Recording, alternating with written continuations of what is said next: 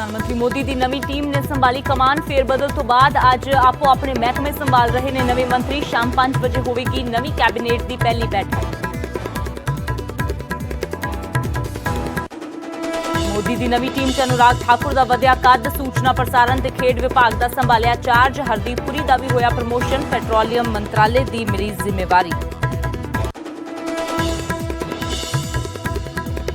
नहीं रहे हिमाचल के साबका सीएम वीरभद्र सिंह। 87 साल की उम्र च लए आखिरी साह। अंतिम दर्शनों लई शिमला स्थित घर च रखी गई वीरभद्र की मृतक दे। श्रद्धांजलियां देण पहुंच रही कई वड्डियां हस्तियां। राष्ट्रपति और पीएम समेत कई सियासी हस्तियां ने जताया दुख। वीरभद्र सिंह के देहांत ते हिमाचल च 3 दिनों के सरकारी सोग का ऐलान। कल अंतिम दर्शनों लई रिज मैदान से रखी जाएगी मृतक दे। परसों पूरे सरकारी सम्मानां नाल होवेगा अंतिम संस्कार। महंगाई खिलाफ देश भर च किसानां दा हल्ला बोल। शहर शहर कर रहे ने प्रदर्शन। तेल और गैस दीयां वध रहीआं कीमतां खिलाफ जता रहे ने रोस। किसानां दे प्रदर्शन विचाले अज फिर वधियां तेल दीयां कीमतां। पेट्रोल 35 पैसे प्रति लीटर होया महंगा। डीजल की कीमत च 9 पैसे इजाफा। लोक इंसाफ पार्टी के प्रधान सिमरजीत बैंस दीयां वधियां मुश्किलां। लुधियाना अदालत ने बैंस खिलाफ मामला दर्ज करने दे दिते हुक्म। महिला ने लगाए रेप के इल्जाम। हरियाणा के साबका मुख्यमंत्री भूपिंदर सिंह हुड्डा दीयां वध सकदियां ने मुश्किलां। रोहतक च रियल एस्टेट डेवलपर नूं जमीन जारी करने के मामले की होवेगी सीबीआई जांच। सुप्रीम कोर्ट ने दिते हुक्म।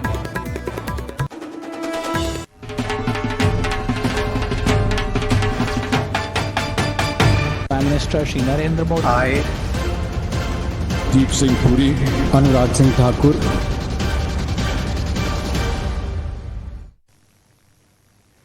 सत श्री अकाल। न्यूज़ 18 पंजाब हरियाणा हिमाचल देख रहे सारे दर्शकों का स्वागत। मैं अमृत विरदी। बुलेटिन की शुरुआत करते हैं मोदी की नवी टीम के नाल। प्रधानमंत्री नरेंद्र मोदी की नवी टीम जो है वो आपो अपने महकमे संभालन दे विच हुण जुट गई है। कल कैबिनेट का विस्तार होया। नवे महकमे वेले कुछ नवीं एंट्रीज हुईआं ते उस तो बाद हुण अज दी सवेर जो हुई है वो जिहड़े मंत्री ने चाहे जिन्हां दी प्रमोशन हुई है या फिर जिन्हां नूं नवीं जिम्मेवारी मिली है उन्होंने आपो अपने महकमे संभालने शुरू कर दिते ने। नवे मंत्री अपने महकमिਆਂ दी कमान संभाल रहे ने। केंद्रीय मंत्री अनुराग ठाकुर अपने नवे महकमे का चार्ज लैण दे लई अज पहुंचे।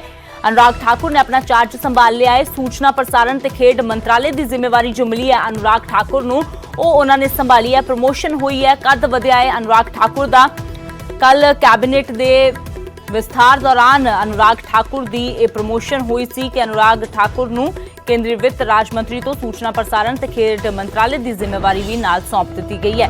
पहला केंद्रीय वित्त राज मंत्री सी अनुराग ठाकुर पर हुण प्रमोशन हुई है। हुण जो अनुराग ठाकुर ने उन्हां दी जिम्मेवारी वधाउंदिआं उन्हां नूं सूचना प्रसारण ते खेड मंत्रालय की जिम्मेवारी दी गई है। ते इस दे नाल ही अज शाम 5 बजे कैबिनेट की पहली बैठक होवेगी। नवीं कैबिनेट की पहली बैठक होण जा रही है। थोड़ी ही देर च बीजेपी कौमी प्रधान जेपी नड्डा सारे नवे मंत्रियों के नाल बैठक करनगे तो उस तो बाद 5 बजे जो है वो नवी कैबिनेट की बैठक होवेगी। तो कल विस्तार होया कैबिनेट का, पर कल ये भी कह सकते हैं कि विस्तार भी होया है ते कल वड्डे धमाके भी होए ने। वड्डे चेहरिਆਂ ਦੇ ਵੱਲੋਂ ਅਸਤੀਫੇ ਦਿੱਤੇ ਗਏ। ਵੱਡੇ ਵਿਭਾਗ ਖਾਲੀ ਹੋਏ ਜਿਸ ਤੋਂ ਬਾਅਦ ਉਹਨਾਂ ਵਿਭਾਗਾਂ ਦੇ ਵਿੱਚ ਨਵੀਆਂ ਜ਼ਿੰਮੇਵਾਰੀਆਂ ਦੇ ਕੇ ਨਵੇਂ ਚਿਹਰਿਆਂ ਨੂੰ ਐਡਜਸਟ ਕੀਤਾ ਗਿਆ ਹੈ ਤੇ ਨਾਲ ਹੀ ਕਈਆਂ ਦਾ ਕੱਦ ਵਧਿਆ ਹੈ। ਪ੍ਰਮੋਸ਼ਨ ਹੋਈ ਹੈ ਜਿਨ੍ਹਾਂ ਦੇ ਵਿੱਚੋਂ अनुराग ठाकुर भी एक ने। हिमाचल ਦੇ ਨਾਲ ਸੰਬੰਧ ਰੱਖਣ ਵਾਲੇ अनुराग ठाकुर केंद्रीय वित्त राज मंत्री ਜਿਹੜੇ ਹੁਣ सूचना प्रसारण ਤੇ खेड मंत्राला भी ਉਹਨਾਂ ਦੇ ਕੋਲ ਆ ਗਿਆ ਤੇ ਆਪਣਾ ਚਾਰਜ संभाल लिया है। अनुराग ठाकुर ने ਅੱਜ ਸਵੇਰੇ ਹੀ ਆਪਣੇ ਦਫ਼ਤਰ ਪਹੁੰਚ ਕੇ ਨਵੀਂ ਜ਼ਿੰਮੇਵਾਰੀ ਸੰਭਾਲਦੇ ਨਜ਼ਰ ਆਏ।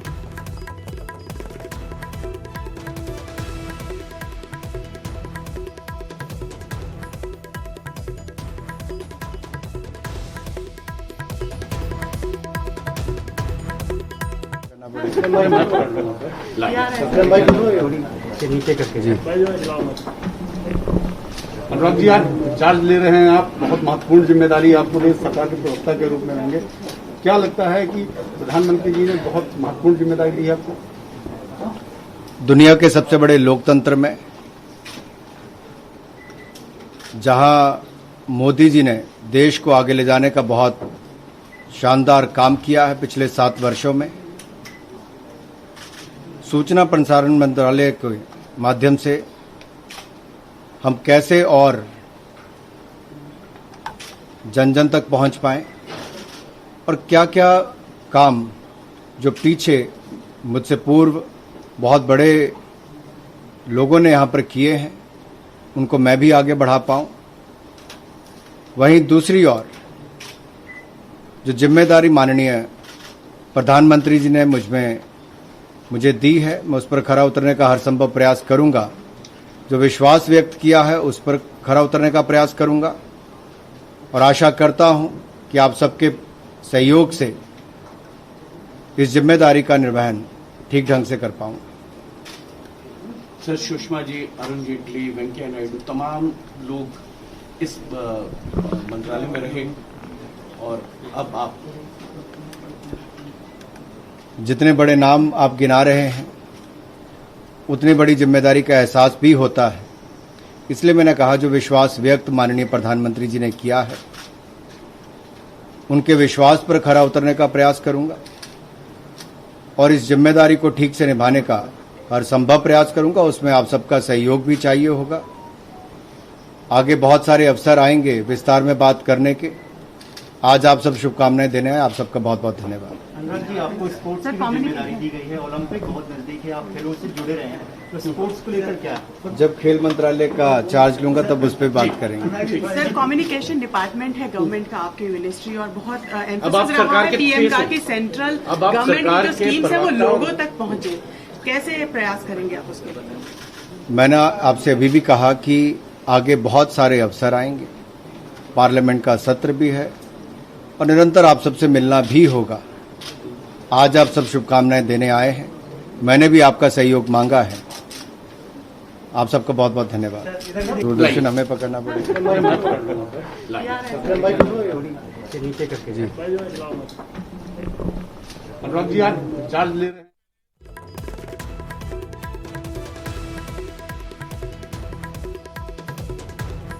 ਤਾਂ ਅਨੁਰਾਗ ਠਾਕੁਰ ਨੇ ਸੂਚਨਾ ਪ੍ਰਸਾਰਣ ਤੇ ਖੇਡ ਮੰਤਰਾਲਾ ਜੋ ਉਹਨਾਂ ਨੂੰ ਨਵਾਂ ਮਿਲਿਆ ਹੈ ਉਸ ਦਾ ਚਾਰਜ ਸੰਭਾਲ ਲਿਆ ਹੈ। ਸੂਚਨਾ ਪ੍ਰਸਾਰਣ ਦਾ ਜਦੋਂ ਚਾਰਜ ਸੰਭਾਲਿਆ, ਕਿਉਂਕਿ ਕਮਿਊਨੀਕੇਸ਼ਨ ਦਾ ਡਿਪਾਰਟਮੈਂਟ ਹੈ ਸੂਚਨਾ ਤੇ ਪ੍ਰਸਾਰਣ ਮੰਤਰਾਲਾ, ਗੱਲਬਾਤ ਕਮਿਊਨੀਕੇਸ਼ਨ ਬਹੁਤ ਜ਼ਰੂਰੀ ਹੁੰਦਾ ਹੈ, ਤਾਂ ਅਜਿਹੇ ਦੇ ਵਿੱਚ ਇੱਕ ਵੱਡੀ ਜ਼ਿੰਮੇਵਾਰੀ ਅਨੁਰਾਗ ਠਾਕੁਰ ਨੂੰ ਮਿਲੀ ਹੈ। ਦੂਜੇ ਪਾਸੇ ਉਹਨਾਂ ਨੇ ਕਿਹਾ ਕਿ ਜਦੋਂ मैं खेड विभाग का जो चार्ज संभालांगा तो उस वेले अगे दी किस तरह की रणनीति रहने वाली है, क्योंकि ओलंपिक्स सिर ते ने, तो अजिहे च ओलंपिक्स के लिए सरकार की किस तरह की तैयारी है ये हुण, क्योंकि जो जिम्मेवारी नवीं अनुराग ठाकुर नूं दित्ती गई है, अनुराग ठाकुर खेडां की समझ रखते हैं। इस दे नाल ही जो अनुराग ठाकुर ने क्रिकेट ਨੂੰ बड़े नज़दीकियों जानते हैं, BCCI ਦੇ ਪ੍ਰਧਾਨ ਰਹੇ ਨੇ, ਤਾਂ ਅਜਿਹੇ ਦੇ ਵਿੱਚ अनुराग ठाकुर किस तरीके ਦੇ ਨਾਲ ਆਪਣੀ ਨਵੀਂ ਜ਼ਿੰਮੇਵਾਰੀ ਨਿਭਾਉਂਦੇ ਨੇ ਇਹ ਦੇਖਣਾ ਹੋਵੇਗਾ। ਤਾਂ ਦੋ ਤਸਵੀਰਾਂ ਤੁਹਾਨੂੰ ਦਿਖਾ ਰਹੇ ਹਾਂ। ਸੂਚਨਾ ਤੇ ਪ੍ਰਸਾਰਣ ਤੇ ਖੇਡ ਮੰਤਰਾਲਾ अनुराग ठाकुर ਨੂੰ ਮਿਲਿਆ ਨਵੀਂ ਜ਼ਿੰਮੇਵਾਰੀ ਦਾ ਚਾਰਜ ਉਹਨਾਂ ਨੇ ਸੰਭਾਲਿਆ। ਦੂਜੇ ਪਾਸੇ ਰੇਲ ਅਤੇ IT ਮੰਤਰਾਲਾ ਅਸ਼ਵਨੀ ਵੈਸ਼ਨਵ ਨੂੰ ਦਿੱਤਾ ਗਿਆ ਹੈ, ਉਹਨਾਂ ਨੇ ਵੀ ਆਪਣਾ ਚਾਰਜ ਸੰਭਾਲ ਲਿਆ ਹੈ, ਉਹਨਾਂ ਨੇ ਆਪਣਾ ਕਾਰਜਭਾਰ ਸੰਭਾਲ ਲਿਆ ਹੈ। ਨਵੀਂ ਜ਼ਿੰਮੇਵਾਰੀ ਉਹਨਾਂ ਦੇ ਵੱਲੋਂ ਆਪਣੀ ਜੋ ਹੈ ਉਹ ਅੱਜ ਤੋਂ ਸ਼ੁਰੂ ਕਰ ਦਿੱਤੀ ਗਈ ਹੈ। ਕੱਲ ਵਿਸਥਾਰ ਹੋਇਆ ਸੀ ਕੈਬਨਿਟ ਦਾ, ਅਹੁਦਿਆਂ ਦੇ ਵਿੱਚ ਫੇਰਬਦਲ ਵੀ ਹੋਇਆ ਹੈ, ਕੁਝ ਨਵੀਆਂ ਐਂਟਰੀਜ਼ ਵੀ ਹੋਈਆਂ ਨੇ। ਪ੍ਰਧਾਨ ਮੰਤਰੀ ਮੋਦੀ ਦੀ ਨਵੀਂ ਟੀਮ ਜੋ ਤਿਆਰ ਹੋਈ ਹੈ ਤੇ ਅੱਜ ਉਸੇ ਨਵੀਂ ਟੀਮ ਦੇ ਨਾਲ ਸ਼ਾਮ 5 ਵਜੇ ਪਹਿਲੀ बैठक भी होने जा रही है। सबसे पहले प्रधानमंत्री जी को धन्यवाद देता हूं कि इतनी बड़ी जिम्मेदारी दी है। रेलवे प्रधानमंत्री जी के बहुत ही उनके विजन में बहुत बड़ा हिस्सा है और प्रधानमंत्री जी का विजन रेलवे के लिए जैसे जन जन तक ट्रांसफॉर्म हो लोगों की लाइफ, एक आम आदमी, एक गरीब, एक वंचित, एक किसान, पिछड़े से पिछड़े व्यक्ति को भी रेलवे के बेनिफिट मिले, ऐसा उनका बड़ा विजन है। तो इस विजन के लिए मैं काम करूंगा और प्रधानमंत्री जी के विजन को इम्प्लीमेंट करने के लिए मेहनत करूंगा।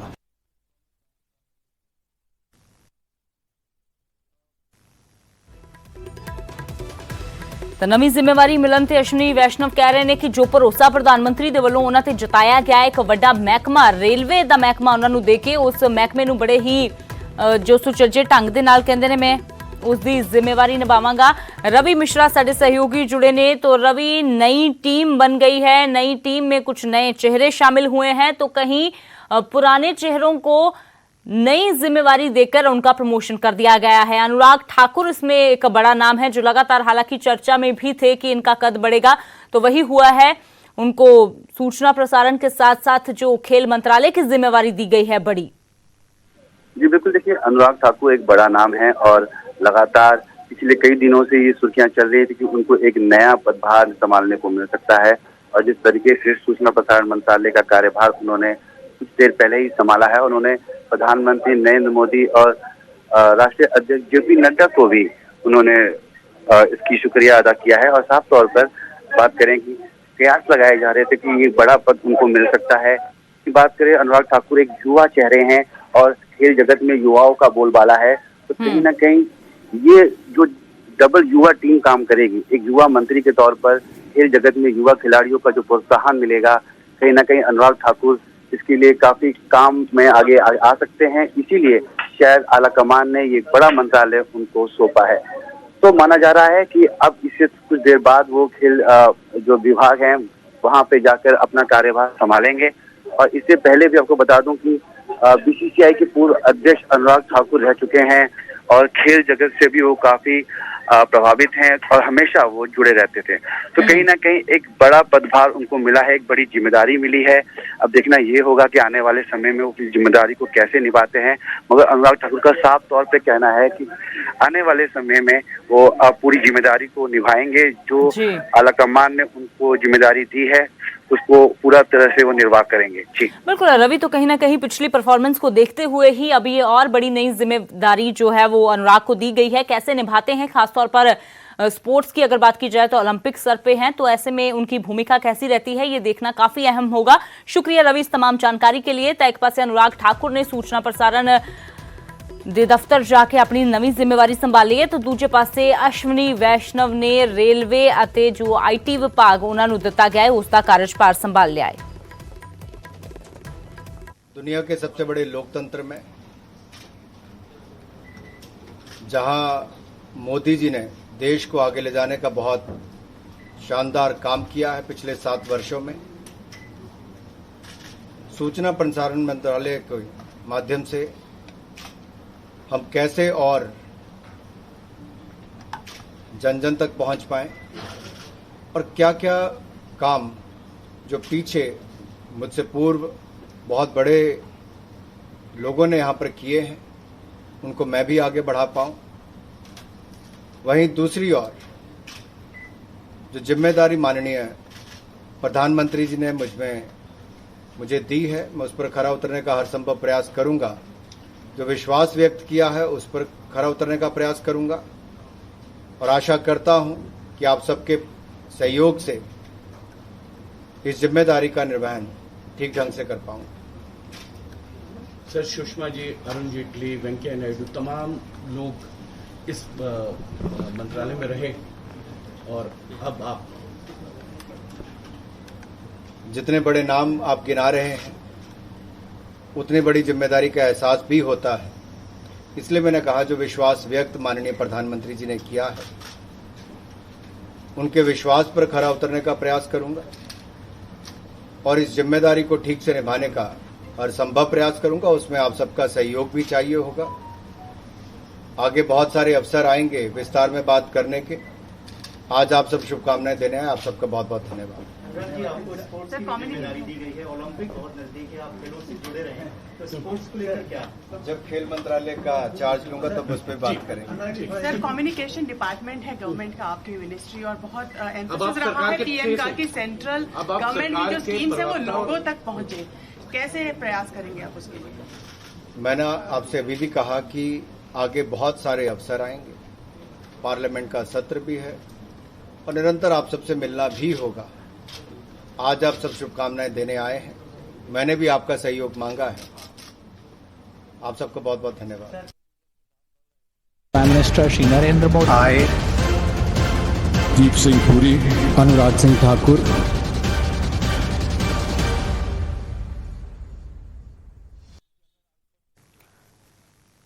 तो हुण गल करांगे महंगाई दी, जिस दे खिलाफ अज किसानां दा हल्ला बोल है।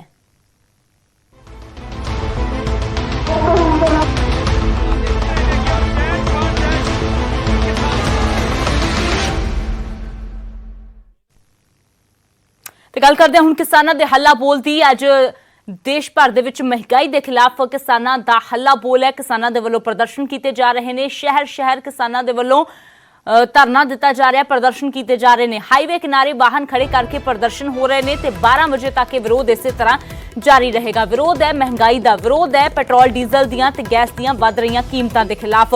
ਉਧਰ ਕਿਸਾਨਾਂ ਦੇ ਪ੍ਰਦਰਸ਼ਨ ਵਿਚਾਲੇ ਅੱਜ ਫਿਰ ਤੋਂ ਪੈਟਰੋਲ ਅਤੇ ਡੀਜ਼ਲ ਦੀਆਂ ਕੀਮਤਾਂ ਵਧੀਆਂ ਨੇ। ਪੈਟਰੋਲ 35 ਪੈਸੇ ਤਾਂ ਡੀਜ਼ਲ 9 ਪੈਸੇ ਪ੍ਰਤੀ ਲੀਟਰ ਦੇ ਹਿਸਾਬ ਦੇ ਨਾਲ ਮਹਿੰਗਾ ਹੋਇਆ ਹੈ। ਤਾਂ ਵੱਧ ਰਹੀਆਂ ਕੀਮਤਾਂ ਲਗਾਤਾਰ ਜੋ ਜਾਰੀ ਨੇ। ਪੂਰੇ ਪੰਜਾਬ ਦੇ ਵਿੱਚ ਪੈਟਰੋਲ ਦੀਆਂ ਕੀਮਤਾਂ 100 ਰੁਪਏ ਦੇ ਪਾਰ ਚਲੀਆਂ ਗਈਆਂ ਨੇ। ਤਾਂ ਇਸੇ ਲਈ ਜੋ ਮਾਰ ਪੈ ਰਹੀ ਹੈ, ਇੱਕ ਪਾਸੇ ਮਹਾਮਾਰੀ, ਦੂਜੇ ਪਾਸੇ ਮਹਿੰਗਾਈ ਦੀ ਮਾਰ, ਇਸ ਕਰਕੇ ਲੋਕ ਤਾਂ ਪਰੇਸ਼ਾਨ ਹੈ ਹੀ ਨੇ, ਦੂਜੇ ਪਾਸੇ ਕਿਸਾਨ ਪਰੇਸ਼ਾਨ ਨੇ ਕਿਉਂਕਿ ਡੀਜ਼ਲ ਮਹਿੰਗਾ ਹੋਣ ਕਰਕੇ ਕਿਸਾਨਾਂ ਨੂੰ ਪਰੇਸ਼ਾਨੀ ਆ ਰਹੀ ਹੈ। ਤਾਂ ਅਜਿਹੇ ਦੇ ਵਿੱਚ ਕਿਸਾਨਾਂ ਦੇ ਵੱਲੋਂ ਅੱਜ ਹੱਲਾ ਬੋਲ ਦਿੱਤਾ ਗਿਆ ਹੈ। ਇੱਕ ਪਾਸੇ ਝੋਨੇ ਦਾ ਸੀਜ਼ਨ ਚੱਲ ਰਿਹਾ ਹੈ, ਦੂਜੇ ਪਾਸੇ ਲਗਾਤਾਰ ਵੱਧ ਰਹੀਆਂ ਕੀਮਤਾਂ ਪਰੇਸ਼ਾਨ ਕਰ ਰਹੀਆਂ ਨੇ। ਤਾਂ ਅੱਜ ਮਹਿੰਗਾਈ ਦੇ ਖਿਲਾਫ ਕਿਸਾਨਾਂ ਦਾ ਹੱਲਾ ਬੋਲ ਹੈ। ਸ਼ਹਿਰ ਪ੍ਰਦਰਸ਼ਨ ਕਿਸਾਨਾਂ ਦੇ ਵੱਲੋਂ ਕੀਤੇ ਜਾ ਰਹੇ ਨੇ। ਵੱਖ-ਵੱਖ ਸ਼ਹਿਰਾਂ ਤੋਂ ਵੀ ਤਸਵੀਰਾਂ ਤੁਹਾਨੂੰ ਦਿਖਾਵਾਂਗੇ, ਸਾਡੇ ਸਹਿਯੋਗੀ ਜੁੜਨਗੇ, ਗਰਾਊਂਡ ਤੋਂ ਦਿਖਾਵਾਂਗੇ ਤੁਹਾਨੂੰ ਕਿ ਕਿਸ ਤਰੀਕੇ ਦੇ ਨਾਲ ਕਿਸਾਨਾਂ ਦੇ ਵੱਲੋਂ ਅੱਜ ਜੋ ਰਣਨੀਤੀ ਅਖਤਿਆਰ ਕੀਤੀ ਗਈ ਹੈ। ਕਿਤੇ ਗੈਸ ਦਾ ਸਿਲੰਡਰ ਚੁੱਲ੍ਹਾ ਰੱਖ ਕੇ ਪ੍ਰਦਰਸ਼ਨ ਕੀਤਾ ਜਾ ਰਿਹਾ ਹੈ ਕਿਉਂਕਿ ਰਸੋਈ ਗੈਸ ਜੋ ਮਹਿੰਗੀ ਹੋਈ ਹੈ ਉਸ ਦੇ ਕਾਰਨ ਵੀ ਜੋ ਕਿਸਾਨ ਨੇ ਉਹ ਸਿੱਧੇ ਤੌਰ ਤੇ ਜੋ ਪਰੇਸ਼ਾਨ ਨੇ। ਤਾਂ ਸਿੱਧਾ ਰੁਕ ਕਰਦੇ ਹਾਂ, ਸਾਡੇ ਸਹਿਯੋਗੀ ਵੱਖ-ਵੱਖ ਥਾਵਾਂ ਤੋਂ ਜੁੜੇ ਨੇ। ਮਨੋਜ ਰਾਠੀ ਖਰੜ ਤੋਂ ਜੁੜੇ ਹੋਏ ਨੇ, ਅੰਮ੍ਰਿਤਸਰ ਤੋਂ ਰਾਜੀਵ ਸ਼ਰਮਾ ਤੇ ਲੁਧਿਆਣਾ ਤੋਂ ਰੋਹਿਤ ਗੌਰ ਸਾਡੇ ਸਹਿਯੋਗੀ ਜੁੜੇ ਨੇ। ਤਾਂ ਸਭ ਤੋਂ ਪਹਿਲਾਂ ਖਰੜ ਦਾ ਰੁਖ ਕਰਦੇ ਹਾਂ। ਮਨੋਜ, ਫਿਲਹਾਲ ਕਿਸ ਤਰ੍ਹਾਂ ਦੀਆਂ ਤਸਵੀਰਾਂ ਨੇ? ਕੀ ਅੱਜ ਕਿਸਾਨਾਂ ਦੇ ਵੱਲੋਂ ਤਿਆਰੀ ਕੀਤੀ ਗਈ ਹੈ ਜੋ ਹੱਲਾ ਬੋਲਿਆ ਜਾ ਰਿਹਾ ਹੈ ਮਹਿੰਗਾਈ ਦੇ ਖਿਲਾਫ ਕਿਉਂਕਿ ਲਗਾਤਾਰ ਕੀਮਤਾਂ ਵਧ ਰਹੀਆਂ ਨੇ? ਅੱਜ ਵੀ ਪੈਟਰੋਲ ਡੀਜ਼ਲ ਦੀਆਂ ਕੀਮਤਾਂ ਵਧੀਆਂ ਨੇ। देखो अमृत, अज भी पेट्रोल डीजल के जोड़े रेट है अज नहीं लगातार जोड़े हाइक होंगे नज़र आ रहे थे। 100 तो पार जोड़ा रेट है वो चल बढ़ चुका है। तो अज जोड़े पूरे देश की किसानों का हल्ला बोल जोड़ा है वो वेखण नूं मिल रहा है। 10 बजे तो लैके 12 बजे तक असी खड़े हैं खरड़ बस स्टैंड कोल, जिथे हुण जिहड़े किसान है वो इकट्ठा होना शुरू हो चुके हैं ते नाल अपनी गड्डियां लैके आए ने ते नाल ही सिलेंडर जिहड़े हैं खाली सिलेंडर लैके इत्थे पहुंचे ने। यानी कि अपना जिहड़ा रोष है वो देखण नूं मिल रहा है। इन्हां दा जिहड़ा रोष है वो जरूर कह रहा है कि 10 तो 12 जिहड़ा ये प्रोटेस्ट किया जा रहा है जिन्हों लैके अज ये सारे जिहड़े किसान आगू है वो इत्थे इकट्ठ होए ने। तुसीं तस्वीरां वेख सकते हो। हालांकि ये काफ़ी जिहड़ा रोड है वो काफ़ी रश रहिंदा है ते हालांकि इन्हां दा साफ तौर ते कहना है कि किसी भी तरह का कोई रोड जिहड़ा है वो जाम नहीं करनगे। सिर्फ इस साइड ते होके ये जिहड़ा प्रोटेस्ट है वो करांगे, कोशिश करांगे इन्हां नाल गलबात करन दी। सर, अज दा जिहड़ा प्रोटेस्ट है, अज दा जिहड़ा तुसीं प्रदर्शन कर रहे हो महंगाई के खिलाफ खरड़ बस स्टैंड, हालांकि पूरे पंजाब च पूरे देश च ये महंगाई के खिलाफ किया जा रहा है। ये सारे इंडिया च अज संयुक्त किसान मोर्चे के सद्दे ते ਜਿਹੜੀ ਦਿਨ ਪਰ ਦਿਨ ਬਹੁਤ ਜ਼ਿਆਦਾ ਮਹਿੰਗਾਈ ਵੱਧ ਰਹੀ ਹੈ। ਡੀਜ਼ਲ, ਪੈਟਰੋਲ, ਰਸੋਈ ਗੈਸ ਜੋ ਕਿ ਨਿੱਤ ਦੀਆਂ ਚੀਜ਼ਾਂ ਲੋਕਾਂ ਦੀ ਵਰਤੋਂ ਦੀਆਂ ਬਹੁਤ ਸੈਂਟਰ ਸਰਕਾਰ ਮਹਿੰਗੀਆਂ ਕਰ ਰਹੀ ਹੈ। ਇਹਦੇ ਬਾਰੇ ਕਿਸਾਨ ਦੇਸ਼ ਦੇ ਲੋਕਾਂ ਨੂੰ ਜਾਗਰੂਕ ਕਰਦੇ ਆ ਵੀ ਇਹ ਜਿਹੜੀ ਸੈਂਟਰ ਸਰਕਾਰ ਹੈ ਇਹਦੀਆਂ ਨੀਤੀਆਂ ਜਿਹੜੀਆਂ ਬਹੁਤ ਮਾੜੀਆਂ। ਇਹਦੇ ਕਰਕੇ ਇਹਦੇ ਖਿਲਾਫ ਲੋਕਾਂ ਨੂੰ ਜਾਗਰੂਕ ਕਰਨ ਖਾਤਰ ਅੱਜ ਅਸੀਂ ਸੜਕਾਂ ਦੇ ਕੰਢੇ ਆਪਣੇ ਟਰੈਕਟਰ, ਟਰੈਲੀਆਂ, ਹੋਰ ਵਹੀਕਲ ਜੋ ਵੀ ਹੈ ਖੜੇ ਕਰਕੇ ਸੈਂਟਰ ਦੇ ਬੋਲੇ ਕੰਨਾਂ ਤੱਕ ਆਵਾਜ਼ ਪਹੁੰਚਾਉਣਾ ਚਾਹੁੰਦੇ ਆ ਵੀ ਜਿਹੜੇ ਇਹ ਵਾਹਨ ਹੈ ਸਾਡੇ ਵਹੀਕਲ ਹੈ ਸਾਡੇ ਚਲਾਉਣ ਦੇ ਯੋਗ ਨਹੀਂ ਰਹੇ। ਇਹਦੇ ਕਰਕੇ ਜਿਹੜਾ ਤੇਲ ਦੀਆਂ ਕੀਮਤਾਂ ਘਟਾਈਆਂ ਜਾਣ ਤਾਂ ਕਿ ਲੋਕ ਆਪਣਾ ਸੁੱਖ ਦਾ ਸਾਹ ਲੈ ਸਕਣ। ਕਿਸੇ ਵੀ ਤਰ੍ਹਾਂ ਦਾ ਕੋਈ ਰੋਡ ਜਾਮ ਵੀ ਕਰਨ ਦੀ ਤਿਆਰੀ ਹੈ ਤੁਹਾਡੀ ਕਿਉਂਕਿ ਹੁਣੇ ਤੋਂ ਹੀ ਸ਼ੁਰੂ ਹੋ ਚੁੱਕਿਆ ਇੱਥੇ ਰੋਡ ਜਾਮ ਵਗੈਰਾ ਦੀ ਕੋਈ? ਨਹੀਂ, ਇਹ ਪਹਿਲਾਂ ਥੋੜਾ ਜਿਹਾ ਰੋਡ ਜਾਮ ਹੋਇਆ ਤਾਂ ਹੁਣ ਅਸੀਂ ਆ ਕੇ ਸਾਰਾ ਜਾਮ ਖਲਵਾਤਾ। ਸਾਡਾ ਜੇ ਰੋਡ ਜਾਮ ਕਰਨ ਦਾ ਕੋਈ ਪ੍ਰੋਗਰਾਮ ਨਹੀਂ। ਲੋਕਾਂ ਨੂੰ ਕੋਈ ਇੱਕ ਸਵਾਲ ਹੋਰ ਹੈ ਤੁਹਾਡੇ ਤੋਂ। ਜਿੱਦਾਂ ਕੱਲ ਚੜੂਨੀ ਸਾਹਿਬ ਨੇ ਵੀ ਕਿਹਾ ਹੈ ਕਿ 2022 ਦੇ ਜਿਹੜੇ ਕਿਸਾਨਾਂ ਨੂੰ ਇਲੈਕਸ਼ਨ ਲੜਨਾ ਚਾਹੀਦਾ, ਤੁਹਾਨੂੰ ਲੱਗਦਾ ਹੈ ਕਿ ਹੁਣ ਕਿਸਾਨਾਂ ਨੂੰ ਇਲੈਕਸ਼ਨ ਲੜਨਾ ਚਾਹੀਦਾ 2022 ਦਾ? ਨਹੀਂ, ਜੇ ਅਸੀਂ ਇਲੈਕਸ਼ਨ 2022 ਵਿੱਚ ਲੜੂਗੇ ਤਾਂ ਹੀ ਅਸੀਂ ਪਾਸ ਹੋਵਾਂਗੇ ਜੀ। ਅੱਛਾ, ਇਲੈਕਸ਼ਨ ਤਾਂ ਲੜਨਾ ਚਾਹੀਦਾ। ਜੇ ਅਸੀਂ ਸਿਆਸਤ ਵਿੱਚ ਆਉਂਗੇ, ਕਿਸਾਨ ਸਿਆਸਤ ਵਿੱਚ ਆਉਂਗੇ ਤਾਂ ਹੀ ਇਹਨਾਂ ਦਾ ਮੜਮੋਟੀ ਨੱਥ ਪਊਗੀ। ਜਿਹੜੇ ਲੀਡਰ ਭ੍ਰਿਸ਼ਟਾਚਾਰ ਹੈ, ਭ੍ਰਿਸ਼ਟਾਚਾਰ ਤੇ ਤਾਂ ਅਸੀਂ ਬਚੂਗੇ। ਲੇਕਿਨ ਹੁਣ ਬੀਜੇਪੀ ਇਹ ਕਹਿੰਦੀ ਨਜ਼ਰ ਆ ਰਹੀ ਹੈ ਕਿ ਇਹਨਾਂ ਦੀ ਮਨਸ਼ਾ ਹੀ ਜਿਹੜੇ ਕਿਸਾਨ ਵੱਡੇ ਲੀਡਰ ਹੈ ਉਹਨਾਂ ਦੀ ਮਨਸ਼ਾ ਨਹੀਂ। ਜਿਹੜਾ ਸੰਯੁਕਤ ਮੋਰਚੇ ਦਾ ਸਾਡਾ ਕੋਈ ਪ੍ਰੋਗਰਾਮ ਨਹੀਂ ਹੈਗਾ। ਸਾਡਾ ਪਹਿਲਾਂ ਕਾਲੇ ਕਾਨੂੰਨ ਰੱਦ ਕਰਾਉਣ ਦਾ ਪ੍ਰੋਗਰਾਮ ਹੈ। ਸਾਡਾ ਇਲੈਕਸ਼ਨ ਲੜਨ ਦਾ ਕੋਈ ਪ੍ਰੋਗਰਾਮ ਨਹੀਂ। ਜਿਹੜਾ ਚੜੂਨੀ ਸਾਹਿਬ ਨੇ ਇੱਥੇ ਬਿਆਨ ਲਵਾਇਆ ਇਹ ਉਹਨਾਂ ਦੀ ਆਪਣੀ ਮੈਨੂੰ ਲੱਗਦੀ ਵੀ ਗਲਤ ਸੋਚ ਦਾ ਉਹ ਹੈ। ਇਹਦੇ ਕਰਕੇ ਸੰਯੁਕਤ ਮੋਰਚੇ ਦਾ ਇਹਦੇ ਨਾਲ ਕੋਈ ਤਾਲੁਕਾਤ ਨਹੀਂ ਹੈਗਾ। ਪਹਿਲਾਂ ਅਸੀਂ ਕਾਲੇ ਕਾਨੂੰਨ ਰੱਦ ਕਰਾਉਣੇ ਆ, ਉਹਦੇ ਬਾਅਦ ਜੋ ਹਾਲਾਤ ਬਣਨਗੇ ਉਹਦੇ ਬਾਰੇ ਬਾਅਦ 'ਚ ਵਿਚਾਰ ਵਟਾਂਦਰਾ ਕਰਿਆ ਜਾਊਗਾ। ਹਲੇ ਇਲੈਕਸ਼ਨ ਲੜਨੇ ਦਾ ਕਿਸਾਨਾਂ ਦਾ ਕੋਈ ਪ੍ਰੋਗਰਾਮ ਨਹੀਂ। ਕਿਸਾਨ ਤਾਂ ਇਸ ਤਰ੍ਹਾਂ ਹੀ ਸੰਘਰਸ਼ ਕਰਕੇ ਆਪਣੇ ਹੱਕ ਤੁਹਾਨੂੰ ਲੱਗਦਾ ਹੈ ਕਿ ਅੱਜ ਦਾ ਜਿਹੜਾ ਤੁਹਾਡਾ ਪੂਰੇ ਦੇਸ਼ 'ਚ ਕੀਤਾ ਜਾ ਰਿਹਾ, ਰੋਜ਼ ਪ੍ਰਦਰਸ਼ਨ ਕੀਤਾ ਜਾ ਰਿਹਾ, ਹੁਣ ਭਾਰੀ ਇਕੱਠ ਵੀ ਹੋਣ ਲੱਗਿਆ, ਤੁਹਾਨੂੰ ਲੱਗਦਾ ਸਰਕਾਰ ਤੇ ਕਿਤੇ ਨਾ ਕਿਤੇ ਪ੍ਰੈਸ਼ਰ ਪਏਗਾ ਕਿ ਇਸ ਤਰ੍ਹਾਂ ਦੀ ਮਹਿੰਗਾਈ ਜਿਹੜੀ ਹੋ ਰਹੀ ਹੈ? ਜਿਹੜਾ ਮਹਿੰਗਾਈ ਦਾ ਜਦ ਤੱਕ ਇੱਕ ਬੱਚਾ ਰੋਂਦਾ ਨਹੀਂ, ਮਾਂ ਉਹਨੂੰ ਦੁੱਧ ਨਹੀਂ ਪਿਲਾਉਂਦੀ, ਇਹਦੇ ਕਰਕੇ ਜਦ ਤੱਕ ਅਸੀਂ ਆਪਣਾ ਸਰਕਾਰ ਦੇ ਪਿੱਠ ਤੇ ਆਪਾਂ ਨਹੀਂ ਕਰਦੇ, ਉਹਦੇ ਸਰਕਾਰ ਦੇ ਬੋਲੇ ਕੰਨਾਂ ਤੱਕ ਆਵਾਜ਼ ਨਹੀਂ ਪਹੁੰਚਾਉਂਦੇ, ਜਦ ਤੱਕ ਸਰਕਾਰ ਨੂੰ ਕੋਈ ਬਿਲਕੁਲ ਅੰਮ੍ਰਿਤ, ਜਿਸ ਤਰ੍ਹਾਂ ਹੁਣ ਅੱਜ ਪੂਰੇ ਦੇਸ਼ ਦੀ ਆਪਾਂ ਗੱਲ ਕਰੀਏ ਮਹਿੰਗਾਈ ਨੂੰ ਲੈ ਕੇ ਕਿਸਾਨਾਂ ਵੱਲੋਂ ਜਿਹੜਾ ਹੈ ਉਹ ਰੋਸ ਪ੍ਰਦਰਸ਼ਨ ਕੀਤਾ ਜਾ ਰਿਹਾ। ਖਰੜ ਦੀਆਂ ਤਸਵੀਰਾਂ ਨੇ ਜਿੱਥੇ ਹੁਣ ਤਿਆਰੀਆਂ ਜਿਹੜੀਆਂ ਆਪਣੀ ਗੱਡੀਆਂ ਲੈ ਕੇ ਸਿਲੰਡਰ ਲੈ ਕੇ ਇੱਥੇ ਪਹੁੰਚੇ ਨੇ। ਹਾਲਾਂਕਿ ਇੱਥੇ ਕਾਫੀ ਰਸ਼ ਰਹਿੰਦਾ, ਖਰੜ ਬੱਸ ਸਟੈਂਡ ਦੇ ਬਿਲਕੁਲ ਨੇੜੇ ਦੀਆਂ ਤਸਵੀਰਾਂ ਨੇ ਜਿੱਥੇ ਹੁਣ ਕਿਸਾਨ ਦੇ ਆਗੂ ਹੈ, ਹੋਰ ਜਿਹੜੇ ਇੱਥੇ ਕਿਸਾਨ ਜਿਹੜੇ ਲੀਡਰਸ ਨੇ ਉਹ ਇੱਥੇ ਪਹੁੰਚੇ ਨੇ ਤੇ ਹੁਣ 10 ਤੋਂ 12 ਦਾ ਜਿਹੜਾ ਪ੍ਰੋਟੈਸਟ ਹੈ ਉਹ ਕਰਦੇ ਨਜ਼ਰ ਆ ਰਹੇ ਨੇ। ਤਸਵੀਰਾਂ ਤੁਸੀਂ ਵੇਖ ਸਕਦੇ ਹੋ ਕਿ ਸਾਰੇ ਹੁਣ ਇਕੱਠੇ ਹੋ ਚੱਲੇ ਨੇ ਤੇ ਮਹਿੰਗਾਈ ਨੂੰ ਲੈ ਕੇ ਜਿਹੜੀ ਪੈਟਰੋਲ ਡੀਜ਼ਲ ਦੇ ਰੇਟ ਜਿਹੜੇ ਹਾਈਕ ਹੋ ਰਹੇ ਨੇ ਉਹਨੂੰ ਲੈ ਕੇ ਅੱਜ ਪੂਰੇ ਦੇਸ਼ ਵਿੱਚ ਪ੍ਰੋਟੈਸਟ ਜਿਹੜਾ ਹੈ ਉਹ ਕੀਤਾ ਜਾ ਰਿਹਾ ਹੈ। ਹਾਲਾਂਕਿ ਹੁਣ ਸਰਕਾਰ ਨੂੰ ਜਗਾਉਣ ਦੀ ਤਿਆਰੀ, ਇਹ ਗੱਲ ਸਾਫ਼ ਤੌਰ ਤੇ ਕਿਹਾ ਜਾ ਰਿਹਾ ਹੈ ਕਿ ਸਰਕਾਰ ਨੂੰ ਜਗਾਉਣ ਦੀ ਤਿਆਰੀ ਕਿ ਕਿਸ ਤਰ੍ਹਾਂ ਦੀ ਹੁਣ ਸਿਚੁਏਸ਼ਨ ਹੋ ਚੱਲੀ ਹੈ, ਕਿਸ ਤਰ੍ਹਾਂ ਜਿਹੜੀ ਮਹਿੰਗਾਈ ਹੈ ਉਹਨੂੰ ਵੇਖਦੇ ਹੋਏ ਅੱਜ ਪੂਰੇ ਦੇਸ਼ 'ਚ ਇਹ ਪ੍ਰੋਟੈਸਟ ਜਿਹੜਾ ਹੈ ਉਹ ਕੀਤਾ ਜਾ ਰਿਹਾ ਹੈ। ਖਰੜ ਮੋਹਾਲੀ ਬਿਲਕੁਲ ਮਨੋਜ, ਤਾਂ ਸਿੱਧੇ ਤੌਰ ਤੇ ਪ੍ਰਦਰਸ਼ਨ ਹੋ ਰਿਹਾ ਹੈ, ਕਿਸ ਤਰ੍ਹਾਂ ਦੀਆਂ ਤਸਵੀਰਾਂ ਅੱਗੇ ਵਾਲੇ ਸਮੇਂ ਦੇ ਵਿੱਚ ਵੀ ਆਉਂਦੀਆਂ ਨੇ, ਫਿਰ ਤੋਂ ਤੁਹਾਡਾ ਰੁਖ ਕਰਾਂਗੇ। ਫਿਲਹਾਲ ਤਸਵੀਰਾਂ ਦਰਸ਼ਕਾਂ ਦੇ ਨਾਲ ਇਸੇ ਤਰ੍ਹਾਂ ਸਾਂਝੀਆਂ ਕਰਦੇ ਰਹੋ। ਅੰਮ੍ਰਿਤਸਰ ਤੋਂ ਰਾਜੀਵ ਸ਼ਰਮਾ ਸਾਡੇ ਸਹਿਯੋਗੀ ਜੁੜੇ ਹੋਏ ਨੇ, ਲੁਧਿਆਣਾ ਤੋਂ ਰੋਹਿਤ ਗੌਰ। ਤਾਂ ਅੰਮ੍ਰਿਤਸਰ ਦੇ ਵਿੱਚ ਵੀ ਵੱਡੇ ਪ੍ਰਦਰਸ਼ਨ ਦੀ ਤਿਆਰੀ ਕੀਤੇ ਹੋਏ ਕਿਸਾਨ ਨਜ਼ਰ ਆ ਰਹੇ ਨੇ, ਹੱਥਾਂ 'ਚ ਝੰਡੇ ਫੜੇ ਨੇ, ਸਿਲੰਡਰ ਕੋਲ ਨੇ। ਰਾਜੀਵ, ਚੰਗਾ ਹੱਲਾ ਬੋਲਣ ਦੀ ਤਿਆਰੀ ਦੇ ਵਿੱਚ ਨੇ ਕਿਸਾਨ?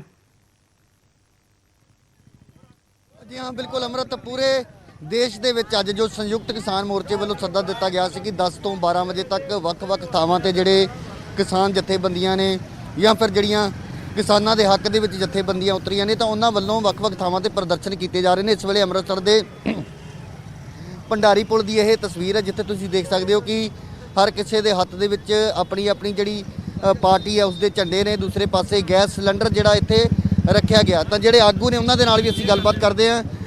ਮੈਮ, ਤੁਸੀਂ ਇਹ ਦੱਸੋ, ਅੱਜ ਦਾ ਜਿਹੜਾ ਸੰਯੁਕਤ ਕਿਸਾਨ ਮੋਰਚੇ ਦਾ ਜਿਹੜਾ ਸੱਦਾ ਸੀ, ਤੁਸੀਂ ਇੱਕ ਮਹਿਲਾ ਹੋ, ਜਿਹੜੀ ਮਹਿੰਗਾਈ ਵਧੀ ਹੈ, ਸਭ ਤੋਂ ਵੱਧ ਰਸੋਈ ਤੇ ਇਸ ਦੀ ਮਾਰ ਪਈ ਹੈ, ਤੁਹਾਨੂੰ ਕੀ ਲੱਗਦਾ ਕਿ ਇਸ ਵੇਲੇ ਜਿਹੜੀ ਮਹਿੰਗਾਈ ਆ ਕਿੰਨੀ ਕੁ ਆਮ ਆਦਮੀ ਦੀ ਜੇ ਪਹੁੰਚ ਤੋਂ ਜਿਹੜੀਆਂ ਚੀਜ਼ਾਂ ਦੂਰ ਹੁੰਦੀਆਂ ਜਾ ਰਹੀਆਂ? ਵੇਖੋ ਜੀ, ਅਸੀਂ ਸੰਯੁਕਤ ਕਿਸਾਨ ਮੋਰਚੇ ਦੇ ਧੰਨਵਾਦੀ ਹਾਂ ਕਿ ਉਹਨਾਂ ਨੇ ਇਹ ਪੀੜ ਸਮਝੀ। ਸਾਡੇ ਦੇਸ਼ ਦੀ ਸਰਕਾਰ ਤੇ ਮਰ ਚੁੱਕੀ ਆ, ਮਰੀ ਹੋਈ ਸਰਕਾਰ ਹੈ, ਚਾਹੇ ਉਹ ਪੰਜਾਬ ਦੀ ਹੋਵੇ ਤੇ ਚਾਹੇ ਉਹ ਕੇਂਦਰ ਦੀ ਹੋਵੇ। ਉਹਨਾਂ ਨੂੰ ਨਜ਼ਰ ਨਹੀਂ ਆਇਆ ਕਿ ਪਿਛਲੇ ਸਾਲ ਦੇ ਲੋਕਡਾਊਨ ਤੋਂ ਦੌਰਾਨ ਇਸ ਸਾਲ ਤੱਕ ਆਉਂਦਿਆਂ ਮਹਿੰਗਾਈ ਜਿਹੜੀ ਹੈ 100 ਗੁਣਾ ਵੱਧ ਚੁੱਕੀ ਹੈ। 100 ਰੁਪਏ ਜਿਹੜਾ ਪਿਛਲੇ ਸਾਲ 95 ਰੁਪਏ ਸਰੋਂ ਦਾ ਤੇਲ ਅਸੀਂ ਖਾਣ ਵਾਲਾ ਵਰਤਦੇ ਸੀ, 195 ਰੁਪਏ ਹੋ ਗਿਆ। ਸਿਲੰਡਰ ਜਦੋਂ ਇਹਨਾਂ ਨੇ ਕਿਹਾ ਸੀ ਤੁਹਾਡੇ ਖਾਤਿਆਂ 'ਚ ਸਬਸਿਡੀ ਆਊਗੀ, ਜਦੋਂ ਮੋਦੀ ਸਰਕਾਰ ਦਾ ਬੇੜਾ ਗਰਕ ਹੋਇਆ, ਮੋਦੀ ਸਰਕਾਰ ਕੇਂਦਰ 'ਚ ਆਈ, ਉਦੋਂ 400 ਰੁਪਏ ਦਾ ਸਿਲੰਡਰ ਸੀ, ਅੱਜ 1000 ਰੁਪਏ ਦਾ ਸਿਲੰਡਰ ਪੈ ਰਿਹਾ। ਜਿਹਦੀ ਦਿਹਾੜੀ ਨਹੀਂ ਲੱਗ ਰਹੀ, ਜਿਹੜਾ ਲੋਕਡਾਊਨ 'ਚ ਵਿਹਲਾ, ਉਹ ਕਿੱਥੋਂ ਭਰਾਊਗਾ ਸਿਲੰਡਰ? ਇਹ ਸਰਕਾਰ ਨੂੰ ਸੋਚਣਾ ਚਾਹੀਦਾ। ਇਸ ਵੇਲੇ ਜੋ ਕੀਮਤਾਂ ਪੈਟਰੋਲ ਡੀਜ਼ਲ ਦੀਆਂ ਕੀਮਤਾਂ ਵਧਣਗੀਆਂ, ਮਹਿੰਗਾਈ ਵਧੂਗੀ। ਹਰ ਚੀਜ਼, ਰਾਜਮਾ ਜਿਹੜੇ 60 ਰੁਪਏ ਕਿਲੋ ਸੀ ਇਸ ਵੇਲੇ 160 ਰੁਪਏ ਕਿਲੋ ਹੋ ਗਏ ਆ। ਪਹਿਲਾਂ ਅਸੀਂ ਕਹਿੰਦੇ ਹੁੰਦੇ ਸੀ ਗਰੀਬ ਜਿਹੜਾ ਖਾਓ ਦਾਲ ਤੇ ਨਿੰਬੂ ਨਾਲ, ਹੁਣ ਤੇ ਅਸੀਂ ਦਾਲ ਵੀ ਨਹੀਂ ਖਰੀਦਣ ਜੋਗੇ ਰਹਿ ਗਏ। ਸਰਕਾਰਾਂ ਨੂੰ ਸ਼ਰਮ ਆਉਣੀ ਚਾਹੀਦੀ ਹੈ ਕਿ ਤੁਸੀਂ ਬਣਾਉਣ ਵਾਲਾ ਖਾਣ ਵਾਲਾ ਘੱਟੋ ਘੱਟ ਇੱਕ ਚੀਜ਼ ਤੇ ਰੋਕ ਲਾਓ। ਬਿਲਕੁਲ ਫੇਲ ਹੋ ਚੁੱਕੀ ਸਰਕਾਰ। ਤੁਸੀਂ ਲੋਕਡਾਊਨ ਦਾ ਜ਼ਿਕਰ ਕੀਤਾ, ਬਹੁਤ ਸਾਰੇ ਲੋਕਾਂ ਦੇ ਕਾਰੋਬਾਰ ਜਿਹੜੇ ਖਤਮ ਹੋ ਚੁੱਕੇ ਨੇ, ਬਹੁਤ ਸਾਰੇ ਛੋਟੇ ਦੁਕਾਨਦਾਰ ਨੇ ਉਹ ਇਸ ਵੇਲੇ ਸੜਕਾਂ ਤੇ ਆ ਚੁੱਕੇ ਨੇ, ਉਹਨਾਂ ਦੇ ਕੰਮਕਾਰ ਬਿਲਕੁਲ ਖਤਮ ਨੇ। ਤਾਂ ਅਜਿਹੇ ਦੇ ਵਿੱਚ ਇਹ ਜਿਹੜੀ ਮਹਿੰਗਾਈ ਵੱਧ ਰਹੀ ਹੈ, ਤੁਹਾਨੂੰ ਨਹੀਂ ਲੱਗਦਾ ਕਿ ਲੋਕਾਂ ਦੇ ਉੱਪਰ ਇੱਕ ਬਹੁਤ ਵੱਡਾ ਬੋਝ ਪੈ ਰਿਹਾ ਲਗਾਤਾਰ?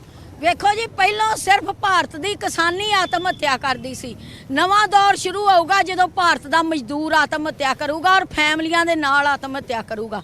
ਇਹ ਕੋਈ ਬਹੁਤ ਮੰਦਭਾਗੀ ਗੱਲ ਆ ਜਿਹੜੀ ਇਹ ਮਹਿੰਗਾਈ ਨੂੰ ਸਰਕਾਰ ਰੋਕ ਨਹੀਂ ਨਾ ਰਹੀ। ਜਿਹੜੀ ਚੀਜ਼ ਕਿਸਾਨ ਸਮਝ ਗਿਆ, ਸਾਡਾ ਸ਼ਹਿਰੀ ਨਹੀਂ ਸਮਝ ਰਿਹਾ। ਸਾਡੇ ਦੇਸ਼ ਦਾ ਜਿਹੜੀ ਸ਼ਹਿਰੀ ਆਬਾਦੀ ਉਹ ਇਹ ਚੀਜ਼ ਨਹੀਂ ਸਮਝ ਰਹੀ, ਕਿਸਾਨ ਇਹਨੂੰ ਡੰਗਾਈ ਨਾਲ ਸਮਝ ਗਿਆ। ਅਜੇ ਬਿੱਲ ਪਾਸ ਨਹੀਂ ਹੋਏ ਤੇ ਜ਼ਖੀਰੇਬਾਜ਼ਾਂ ਨੇ ਜ਼ਖੀਰਾ ਕਰਨਾ ਸ਼ੁਰੂ ਕਰ ਦਿੱਤਾ। ਕੀਮਤਾਂ ਵੱਧ ਗਈਆਂ। ਜੇ ਬਿੱਲ ਪਾਸ ਹੋ ਗਏ, ਜਿਹੜੀ ਚੀਜ਼ ਅੱਜ ਅਸੀਂ 200 ਰੁਪਏ ਦੀ ਗੱਲ ਕਰ ਰਹੇ ਨਾ, 200 ਰੁਪਏ ਕਿਲੋ ਹੋਗੀ, ਇਹ 2000 ਰੁਪਏ ਕਿਲੋ ਤੱਕ ਜਾਊਗੀ। ਪਰ ਜਥੇਬੰਦੀਆਂ ਸੜਕਾਂ ਤੇ ਨੇ, ਲਗਾਤਾਰ ਤੁਹਾਡੇ ਵੱਲ ਧਰਨੇ ਪ੍ਰਦਰਸ਼ਨ ਦਿੱਤੇ ਜਾਂਦੇ ਨੇ, ਆਮ ਲੋਕ ਅੱਜ ਵੀ ਘਰਾਂ ਦੇ ਵਿੱਚ ਨੇ, ਉਹਨਾਂ ਨੂੰ ਕਿਉਂ ਨਹੀਂ ਲੱਗਦਾ ਕਿ ਮਹਿੰਗਾਈ ਵੱਧ ਰਹੀ? ਸਾਨੂੰ ਤੇ ਖੁਦ ਸਮਝ ਨਹੀਂ ਆਉਂਦੀ। ਘਰ ਦੇ ਬਜਟ ਵਿਗੜ ਚੁੱਕੇ ਆ। ਜਿਹੜੇ ਘਰ ਵਿੱਚ 4000 ਦੇ ਰਾਸ਼ਨ ਨਾਲ 1 ਮਹੀਨੇ ਦਾ ਗੁਜ਼ਾਰਾ ਹੋ ਜਾਂਦਾ ਸੀ, ਉਸ ਘਰ ਵਿੱਚ 7000 ਦੇ ਰਾਸ਼ਨ ਨਾਲ ਵੀ ਗੁਜ਼ਾਰਾ ਨਹੀਂ ਹੋ ਰਿਹਾ। ਸਿਲੰਡਰ ਦੀ ਕੀਮਤ ਵੱਧ ਗਈ, ਡੀਜ਼ਲ ਪੈਟਰੋਲ ਦੀਆਂ ਕੀਮਤਾਂ ਵੱਧ ਗਈਆਂ। ਡੀਜ਼ਲ ਪੈਟਰੋਲ ਦੀ ਗੱਲ ਕੀਤੀ, ਇੱਥੇ ਮਿਨੀ ਬੱਸ ਆਪਰੇਟਰ ਜਿਹੜੀ ਯੂਨੀਅਨ ਦੇ ਉਹ ਵੀ ਤੁਸੀਂ ਇੱਥੇ ਸਮਰਥਨ ਦੇ ਵਿੱਚ ਪਹੁੰਚੇ ਹੋ। ਡੀਜ਼ਲ ਦਾ ਜਿਹੜਾ ਰੇਟ ਵੱਧ ਰਿਹਾ, ਤੁਹਾਨੂੰ ਲੱਗਦਾ ਕਿ ਉਹਦਾ ਵੀ ਬੋਝ ਟਰਾਂਸਪੋਰਟਰਾਂ ਤੇ ਦਾ ਤਾਂ ਖਰਚੇ ਵਧਣਗੇ, ਪਰ ਆਮ ਇਨਸਾਨ ਤੇ ਕਿਤਨਾ ਕਿਤੇ ਜੇਕਰ ਕਿਰਾਏ ਵੱਧਦੇ ਨੇ ਉਹ ਵੀ ਆਮ ਇਨਸਾਨ ਤੇ ਬੋਝ ਉਹਦਾ ਪੈਣਾ। ਜਿਸ ਤਰ੍ਹਾਂ ਭੈਣ ਜੀ ਉਹਨਾਂ ਨੇ ਸਰ ਬੜੀ ਲੰਮੀ ਵਿਸਤਾਰ ਦੇ ਨਾਲ ਦੱਸਿਆ, ਜਿਹੜਾ ਇਹ ਕੱਲਾ ਟਰਾਂਸਪੋਰਟ ਤੇ ਮੋਟਰਸਾਈਕਲ ਤੋਂ ਲੈ ਕੇ ਉਤੋਂ ਤੱਕ ਸਾਰੇ ਲੋਕਾਂ ਦੇ ਬੋਝ ਬਣਿਆ ਆ, ਕਿਉਂਕਿ 60 ਰੁਪਏ ਤੋਂ ਲੱਗ ਕੇ ਅੱਜ 100 ਤੋਂ ਉੱਪਰ ਪੈਟਰੋਲ ਅੱਪੜ ਗਿਆ। ਇਹ ਨਕਮੀ ਸਰਕਾਰ ਲੋਕਾਂ ਨੇ ਚੁਣੀ ਸੀ, ਉਹਦੇ ਕਰਕੇ ਸਾਨੂੰ ਖਮਿਆਜਾ ਸਾਰੇ ਲੋਕਾਂ ਨੂੰ ਅੱਜ ਭੁਗਤਣਾ ਪੈ ਰਿਹਾ। ਡੀਜ਼ਲ ਦੇ ਨਾਲ ਜੇ ਸਾਡਾ ਟਰਾਂਸਪੋਰਟ ਦਾ ਮਹਿਕਮਾ ਲਾਈਏ ਤੇ ਅੱਧੀਆਂ ਸਾਡੀਆਂ ਟਰਾਂਸਪੋਰਟਾਂ ਬੱਸਾਂ ਜਿੱਥੇ ਗੱਡੀਆਂ ਖਲੋ ਗਈਆਂ ਨੇ ਉੱਥੇ ਸਾਡੇ ਵਰਕਰ ਭੁੱਖੇ ਮਰਨ ਡਏ ਨੇ। ਇਹ ਕਾਰਨ ਦਾ ਇਹੋ ਹੀ ਹੈ ਕਿ ਡੀਜ਼ਲ ਪੈਟਰੋਲ ਜਿਹੜਾ ਵੱਧ ਗਿਆ। ਕੱਲਾ ਟਰਾਂਸਪੋਰਟ, ਕਿਉਂਕਿ ਲਾਕਡਾਊਨ ਦੇ ਵਿੱਚ ਵੀ ਅਸੀਂ ਤੁਹਾਡੀਆਂ ਮੁਸ਼ਕਲਾਂ ਸੁਣੀਆਂ, ਉਸ ਵੇਲੇ ਤੁਹਾਡੀਆਂ ਬੱਸਾਂ ਦਾ ਚੱਕਾ ਜਾਮ ਸੀ, ਬਹੁਤ ਸਾਰੇ ਪਰਿਵਾਰ, ਤਾਂ ਕਿੰਨੇ ਕੁ ਪਰਿਵਾਰ ਪੰਜਾਬ ਦੇ ਵਿੱਚ ਮੈਂ ਕਹਿ ਸਕਦਾ ਕਿ ਜਿਹੜੇ ਪ੍ਰਭਾਵਿਤ ਹੋਏ ਨੇ? ਅਸੀਂ ਇੱਕ ਬੱਸ ਦੇ ਨਾਲ ਅਸੀਂ 10 ਜੀ ਨੂੰ ਲੈ ਕੇ ਚੱਲੀਏ ਤੇ 2.5 ਲੱਖ ਦੇ ਕਰੀਬ ਸਾਡਾ ਬੰਦਾ ਬਣਦਾ ਸਿਰਫ ਮਿੰਨੀਆਂ ਬੱਸਾਂ ਦਾ। ਜੇ ਇਹ 2.5 ਲੱਖ ਨੂੰ ਇਹ ਲਾਈਏ ਸਿਰਫ ਆਬਾਦੀ ਜਿਹੜੀ ਸਾਡੀ ਕਿੰਨੀ ਆ ਤੇ ਉਹਦੇ ਨਾਲ ਆਪਾਂ ਹਿਸਾਬ ਲਈਏ ਵੀ ਕਿੰਨਾ ਸਾਡੇ ਹਿੰਦੁਸਤਾਨ ਦਾ ਨੁਕਸਾਨ ਹੋਇਆ, ਸਾਡੇ ਪੰਜਾਬ ਦਾ ਕਿੰਨਾ ਨੁਕਸਾਨ ਹੋਇਆ। ਪਰ ਜਿਹੜਾ ਨਰਿੰਦਰ ਮੋਦੀ ਆ ਉਹ ਕੁੰਭ ਨੀਤੀ ਤੇ ਸੁੱਤਾ ਆ, ਅਡਾਨੀਆਂ ਬਿਆਨੀਆਂ ਦੀ ਉਹਨਾਂ ਦੀ ਹੋਂਦ ਦੇ ਵਿੱਚ ਹੀ ਬੈਠਾ ਵੀ ਇਹਨਾਂ ਨੂੰ ਬਚਾਉਣਾ, ਤੁਝੇ ਕਿਸੇ ਦੇ ਨਾਲ ਉਹਨੂੰ ਕੋਈ ਨਹੀਂ। ਬਿਲਕੁਲ, ਤਾਂ ਇੱਥੇ ਤੁਸੀਂ ਦੇਖਿਆ ਕਿ ਜਿਹੜੀਆਂ ਵੱਖ-ਵੱਖ ਜਥੇਬੰਦੀਆਂ ਨੇ ਉਹ ਅੱਜ ਦੇ ਇਹਦਾ ਜਿਹੜਾ ਸੱਦਾ ਸੀ ਸੰਯੁਕਤ ਕਿਸਾਨ ਮੋਰਚੇ ਦਾ, ਉਸ ਦੇ ਸਮਰਥਨ ਦੇ ਵਿੱਚ ਸੜਕਾਂ ਦੇ ਉੱਪਰ ਉਤਰੇ ਨੇ। ਤਾਂ ਲਗਾਤਾਰ 12 ਵਜੇ ਤੱਕ ਇਸੇ ਤਰੀਕੇ ਦੇ ਨਾਲ ਇਸ ਜੋ ਭੰਡਾਰੀ ਪੁਲ ਹੈ ਇੱਕ ਸਾਈਡ ਤੇ ਇਹਨਾਂ ਵੱਲੋਂ ਸ਼ਾਂਤਮਈ ਢੰਗ ਦੇ ਨਾਲ ਆਪਣਾ ਜਿਹੜਾ ਵਿਰੋਧ ਪ੍ਰਦਰਸ਼ਨ ਕੀਤਾ ਜਾਣਾ, ਕਿਸੇ ਤਰ੍ਹਾਂ ਦਾ ਕੋਈ ਰੋਡ ਜਾਮ ਜਿਹੜਾ ਉਹ ਨਹੀਂ ਕੀਤਾ ਜਾਏਗਾ। ਹਾਲਾਂਕਿ ਪੁਲਿਸ ਵੱਲੋਂ ਫਿਰ ਵੀ ਸਖਤ ਜਿਹੜੇ ਸੁਰੱਖਿਆ ਪ੍ਰਬੰਧ ਇੱਥੇ ਕੀਤੇ ਗਏ ਨੇ ਤਾਂ ਕਿ ਕਿਸੇ ਤਰ੍ਹਾਂ ਦੀ ਕੋਈ ਆਮ ਲੋਕਾਂ ਨੂੰ ਜਿਹੜੀ ਪਰੇਸ਼ਾਨੀ ਨਾ ਹੋਵੇ। ਪਰ ਜਿਸ ਤਰ੍ਹਾਂ ਪਹਿਲਾਂ ਇਹਨਾਂ ਨੇ ਬਿਲਕੁਲ ਰਾਜੀਵ, ਆਮ ਲੋਕਾਂ ਨੂੰ ਪਰੇਸ਼ਾਨੀ ਨਾ ਆਵੇ, ਪਰ ਹਾਲਾਂਕਿ ਪਰੇਸ਼ਾਨੀ ਆਮ ਲੋਕਾਂ ਦੀ ਹੀ ਹੈ, ਜਿਸ ਦੇ ਕਰਕੇ ਅੱਜ ਸੜਕਾਂ ਤੇ ਉਤਰੇ ਹੋਏ ਨੇ ਕਿਸਾਨ। ਫਿਲਹਾਲ ਇਹ ਤਸਵੀਰਾਂ ਤੁਹਾਨੂੰ ਅਸੀਂ ਦੋ ਦਿਖਾਈਆਂ ਅੰਮ੍ਰਿਤਸਰ ਦੀਆਂ ਤੇ ਮੋਹਾਲੀ ਦੀਆਂ। ਹੁਣ ਰੋਪੜ ਤੋਂ ਅਵਤਾਰ ਕੰਬੋਜ ਸਾਡੇ ਸਹਿਯੋਗੀ ਜੁੜੇ ਨੇ, ਲੁਧਿਆਣਾ ਤੋਂ ਰੋਹਿਤ ਗੌੜ ਜੁੜੇ ਹੋਏ ਨੇ। ਤਾਂ ਰੋਹਿਤ, ਅੱਜ ਕਿਸਾਨਾਂ ਦੇ ਵੱਲੋਂ ਹੱਲਾ ਬੋਲਿਆ ਜਾ ਰਿਹਾ ਹੈ ਮਹਿੰਗਾਈ ਦੇ ਖਿਲਾਫ, ਕਿਉਂਕਿ ਲਗਾਤਾਰ ਪਿਛਲੇ ਦਿਨਾਂ ਦੇ ਵਿੱਚ ਬੇਨਾਗਾ ਕੀਮਤਾਂ ਵਧੀਆਂ ਨੇ, ਅੱਜ ਵੀ ਪ੍ਰਦਰਸ਼ਨ ਦੇ ਵਿਚਾਲੇ ਕੀਮਤਾਂ ਫਿਰ ਵਧੀਆਂ ਨੇ।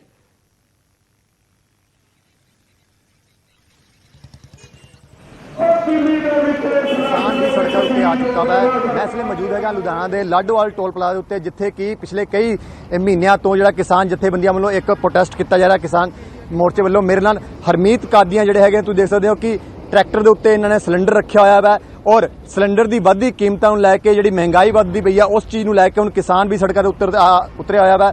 ਹਰਮੀਤ ਕਾਦੀਆਂ ਮੇਰੇ ਨਾਲ ਮੌਜੂਦ ਨੇ, ਉਹਨਾਂ ਨਾਲ ਅਸੀਂ ਗੱਲ ਕਰਦੇ ਹਾਂ। ਕਾਦੀਆਂ ਸਾਹਿਬ, ਸੜਕਾਂ ਦੇ ਉੱਤੇ ਹੁਣ ਕਿਸਾਨ ਵੀ, ਪਹਿਲਾਂ ਤਾਂ ਆਮ ਲੋਕ ਤਾਂ ਸੀਗੇ, ਹੁਣ ਕਿਸਾਨ ਵੀ ਇਸੇ ਚੀਜ਼ ਨੂੰ ਲੈ ਕੇ, ਮਹਿੰਗਾਈ ਨੂੰ ਲੈ ਕੇ ਸੜਕਾਂ ਤੇ।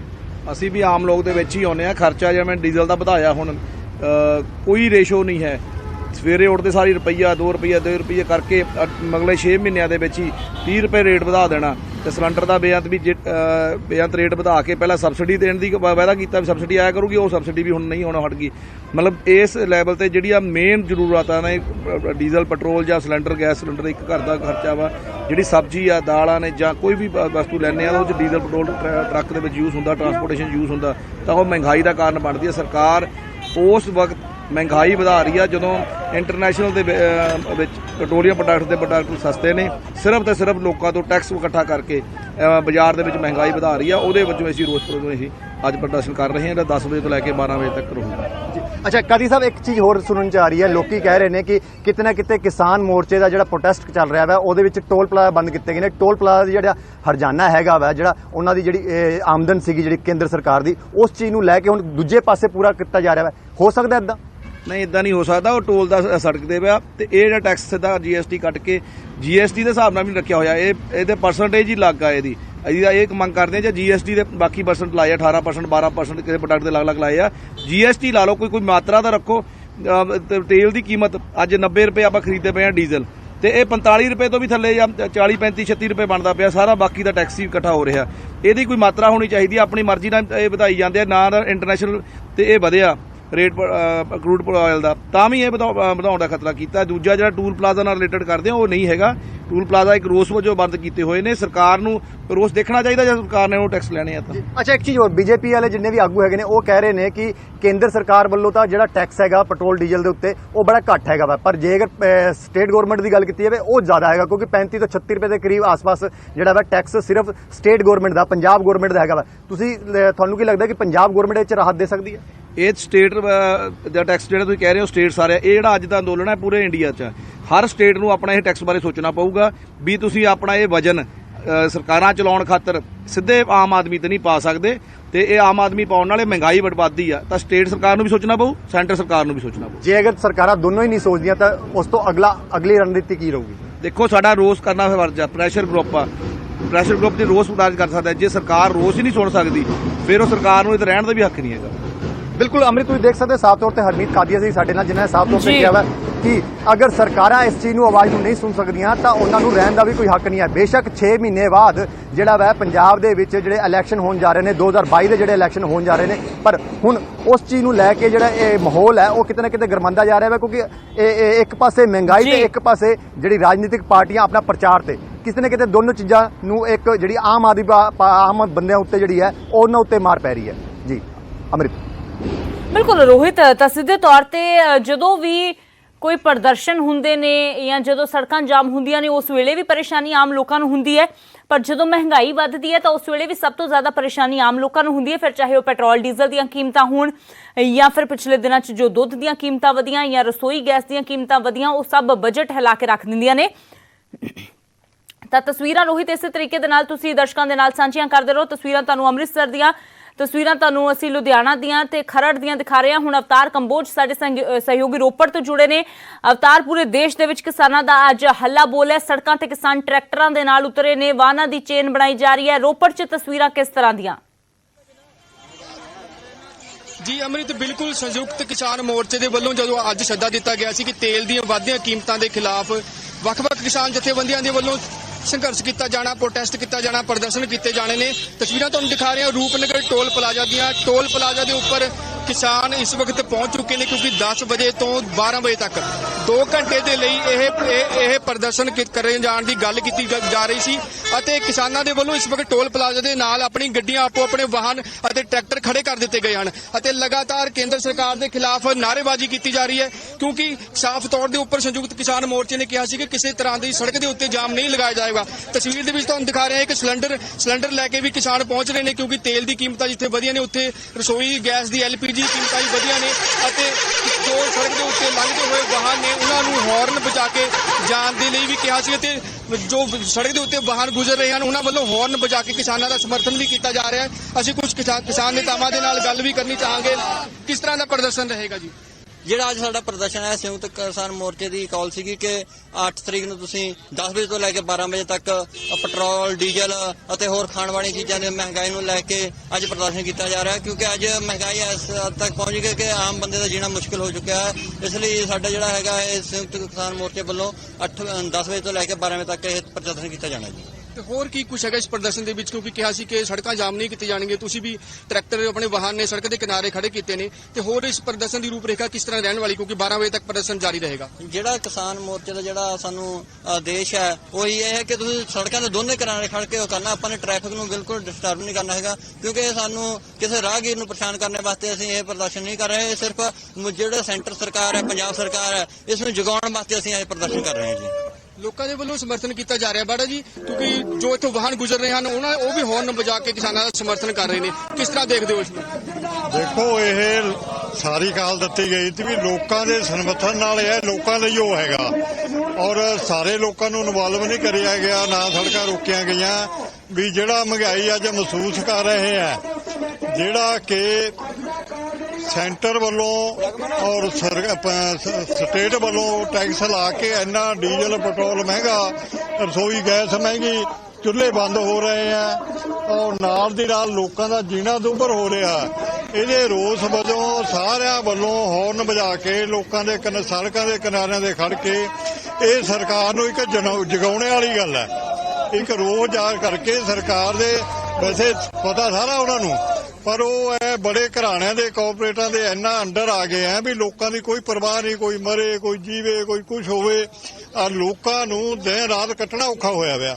ਇੱਕ ਤਾਂ ਡੀਜ਼ਲ ਪੈਟਰੋਲ ਨਾਲ ਲੈ ਲਿਆ, ਦੂਆ ਰਸੋਈ ਗੈਸ ਬੰਦ ਹੋ ਰਹੀ ਹੈ, ਤੀਆ ਬਿਜਲੀ ਨੇ ਕਿਆ ਹਾਲ ਕਰਤਾ ਲੋਕਾਂ ਦਾ। ਔਰ ਸਰਕਾਰ ਲੋਕਾਂ ਨੂੰ ਜੇ ਕੋਈ ਰੋਸ ਕਰਦਾ ਆ ਤੁਹਾਡੇ ਸਾਹਮਣੇ ਟੀਚਰਾਂ ਦਾ ਹੋਇਆ, ਲੋਕਾਂ ਨੂੰ ਕੁੱਟ ਕੇ ਚੁੱਪ ਕਰਾਉਣਾ ਚਾਹੁੰਦੇ ਆ। ਲੋਕਾਂ ਨੂੰ ਕਹਿੰਦੇ ਆ ਵੀ ਦਮ ਘੁੱਟ ਕੇ ਮਰ ਜਾਣ, ਪਰ ਸਾਡੀਆਂ ਸਰਕਾਰਾਂ ਚੱਲਦੀਆਂ ਰਹਿਣ। ਇਹਦੇ ਲਈ ਆਮ ਲੋਕਾਂ 'ਚ ਜਾਗਰਤੀ ਆ ਗਈ ਆ। ਹੁਣ ਵੀ ਤੁਸੀਂ ਦੇਖਦੇ ਆ ਜਿਹੜੇ ਵਾਹਨ ਲੱਗਦੇ ਆ ਉਹ ਹੌਰਨ ਵਜਾ ਕੇ ਹਮਦਰਦੀ ਪ੍ਰਗਟ ਕਰ ਰਹੇ ਆ।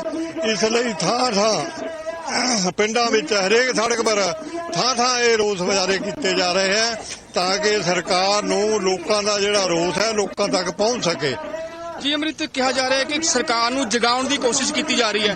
ਤਸਵੀਰਾਂ ਦਿਖਾਵਾਂਗੇ। ਤਸਵੀਰਾਂ ਦੇ ਵਿੱਚ ਕਿਸ ਤਰ੍ਹਾਂ ਕਿਸਾਨਾਂ ਦੇ ਵੱਲੋਂ ਇਸ ਵਕਤ ਟੋਲ ਪਲਾਜ਼ਾ ਦੇ ਉੱਪਰ, ਟੋਲ ਪਲਾਜ਼ਾ ਦੇ ਇੱਕ ਸੜਕ ਦੇ ਕਿਨਾਰੇ ਦੇ ਉੱਤੇ ਕਿਸਾਨਾਂ ਦੇ ਵੱਲੋਂ ਆਪੋ ਆਪਣੇ ਵਾਹਨ ਖੜੇ ਕਰ ਦਿੱਤੇ ਗਏ ਹਨ ਅਤੇ ਵਾਹਨ ਖੜੇ ਕਰਕੇ ਪ੍ਰਦਰਸ਼ਨ ਕੀਤਾ ਜਾ ਰਿਹਾ ਹੈ, ਕਿਉਂਕਿ ਕਿਹਾ ਜਾ ਰਿਹਾ ਹੈ ਕਿ ਕਿਤੇ ਨਾ ਕਿਤੇ ਸਰਕਾਰ ਤੱਕ ਇਹ ਗੱਲ ਪਹੁੰਚਾਉਣ ਦੀ ਗੱਲ ਹੈ ਕਿ ਤੇਲ ਦੀ ਮਹਿੰਗਾਈ, ਜੋ ਤੇਲ ਦੀ ਕੀਮਤਾਂ ਲਗਾਤਾਰ ਵੱਧ ਰਹੀਆਂ ਨੇ, ਉਹਨਾਂ ਕੀਮਤਾਂ ਦੇ ਕਾਰਨ ਜਿੱਥੇ ਕਿਸਾਨ ਪਰੇਸ਼ਾਨ ਹੈ, ਕਿਉਂਕਿ ਕਿਸਾਨੀ ਪਹਿਲਾਂ ਹੀ ਕਿਹਾ ਜਾਂਦਾ ਹੈ ਕਿ ਲਾਹੇਵੰਦ ਸੌਦਾ ਨਹੀਂ ਰਿਹਾ, ਲਾਹੇਵੰਦ ਧੰਦਾ ਨਹੀਂ ਰਿਹਾ ਅਤੇ ਤੇਲ ਦੀ ਕੀਮਤਾਂ ਵਧਣ ਦੇ ਨਾਲ ਕਿਤੇ ਨਾ ਕਿਤੇ ਆਮ ਲੋਕ ਵੀ ਇਸ ਦੇ ਵਿੱਚ ਪੀੜੇ ਜਾਂਦੇ ਨੇ, ਕਿਉਂਕਿ ਹਰੇਕ ਚੀਜ਼ ਤੇਲ ਦੀ ਕੀਮਤਾਂ ਦੇ ਉੱਪਰ ਨਿਰਭਰ ਕਰਦੀ, ਕਿਉਂਕਿ ਜਦੋਂ ਡੀਜ਼ਲ ਦੀ ਕੀਮਤਾਂ ਵੱਧਦੀਆਂ ਆਮ ਤੌਰ ਦੇ ਉੱਪਰ ਸਾਰਾ ਕੁਝ ਟਰਾਂਸਪੋਰਟੇਸ਼ਨ ਦੇ ਉੱਪਰ ਨਿਰਭਰ ਕਰਦਾ ਹੈ।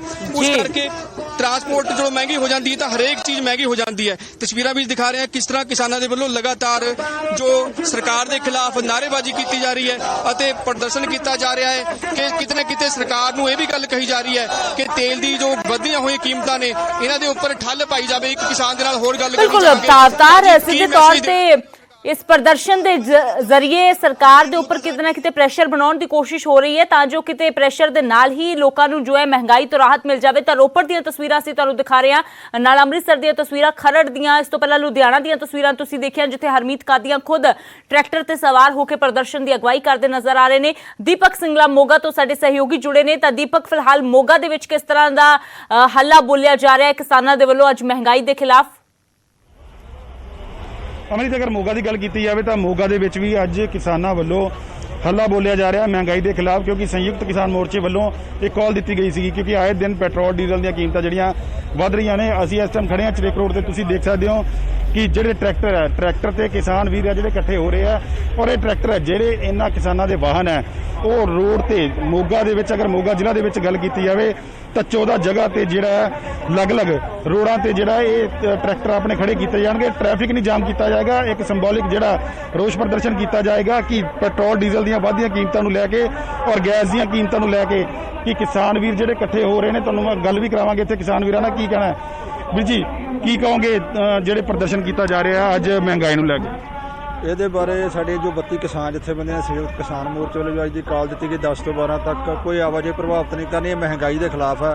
ਕਿਉਂਕਿ ਆਪਾਂ ਦੇਖ ਰਹੇ ਪਿਛਲੇ 2 ਸਾਲ ਤੋਂ ਮਹਿੰਗਾਈ ਇੰਨੀ ਲੱਕ ਤੋੜ ਗਈ ਕਿ ਆਮ ਜਿਹੜਾ ਬੰਦਾ ਉਹਦਾ ਜਿਉਣਾ ਬਹੁਤ ਮੁਹਾਲ ਹੋ ਗਿਆ ਹੈਗਾ। ਸੋ ਇਸ ਕਰਕੇ ਜਿਹੜੇ ਸਾਡੇ ਕਿਸਾਨ ਜਥੇਬੰਦੀਆਂ ਕਿਸੇ ਨੂੰ ਕੋਈ ਨਿਰਵਿਘਨਤਾ ਸਹਿਤ ਜਿਹੜੀ ਆਵਾਜਾਈ ਚੱਲਦੀ ਰਹੂਗੀ, ਅਸੀਂ ਆਪਦਾ ਜਿਹੜਾ ਰੋਸ ਮੁਜ਼ਾਹਰਾ ਉਹਦੇ ਮਹਿੰਗਾਈ ਦੇ ਖਿਲਾਫ ਕਰ ਰਹੇ ਹਾਂ। ਬਿਲਕੁਲ ਮਹਿੰਗਾਈ ਦੇ ਖਿਲਾਫ ਰੋਸ ਪ੍ਰਦਰਸ਼ਨ ਕਰ ਰਹੇ ਆ ਕਿਉਂਕਿ DTF ਦੇ ਜਿਹੜੇ ਅਧਿਆਪਕ ਨੇ ਉਹ ਵੀ ਇੱਥੇ ਨਾਲ ਨੇ, ਸਮਰਥਨ ਕਰ ਰਹੇ ਨੇ ਕਿਉਂਕਿ ਮਹਿੰਗਾਈ ਜਿਹੜੀ ਲਗਾਤਾਰ ਵੱਧ ਰਹੀ ਨੇ। ਪ੍ਰਧਾਨ ਨੇ DTF ਦੇ ਸਾਡੇ ਨਾਲ ਦਿਗਵਿਜੇ, ਉਹਨਾਂ ਨਾਲ ਗੱਲ ਕਰਦੇ ਆ ਕੀ ਕਹਿਣਾ। ਦਿਗਵਿਜੇ, ਕੀ ਕਹੋਗੇ ਮਹਿੰਗਾਈ ਨੂੰ? ਇਹ ਸਾਰੇ ਮਸਲੇ ਖੇਤੀ ਕਾਨੂੰਨ, ਉਹਦੇ ਨਾਲ ਤੇਲ ਦੀਆਂ ਵੱਧਦੀਆਂ ਕੀਮਤਾਂ, ਇਹ ਸਾਰੇ ਮਸਲੇ ਆਪਸ ਵਿੱਚ ਕੋਰਿਲੇਟਡ ਨੇ।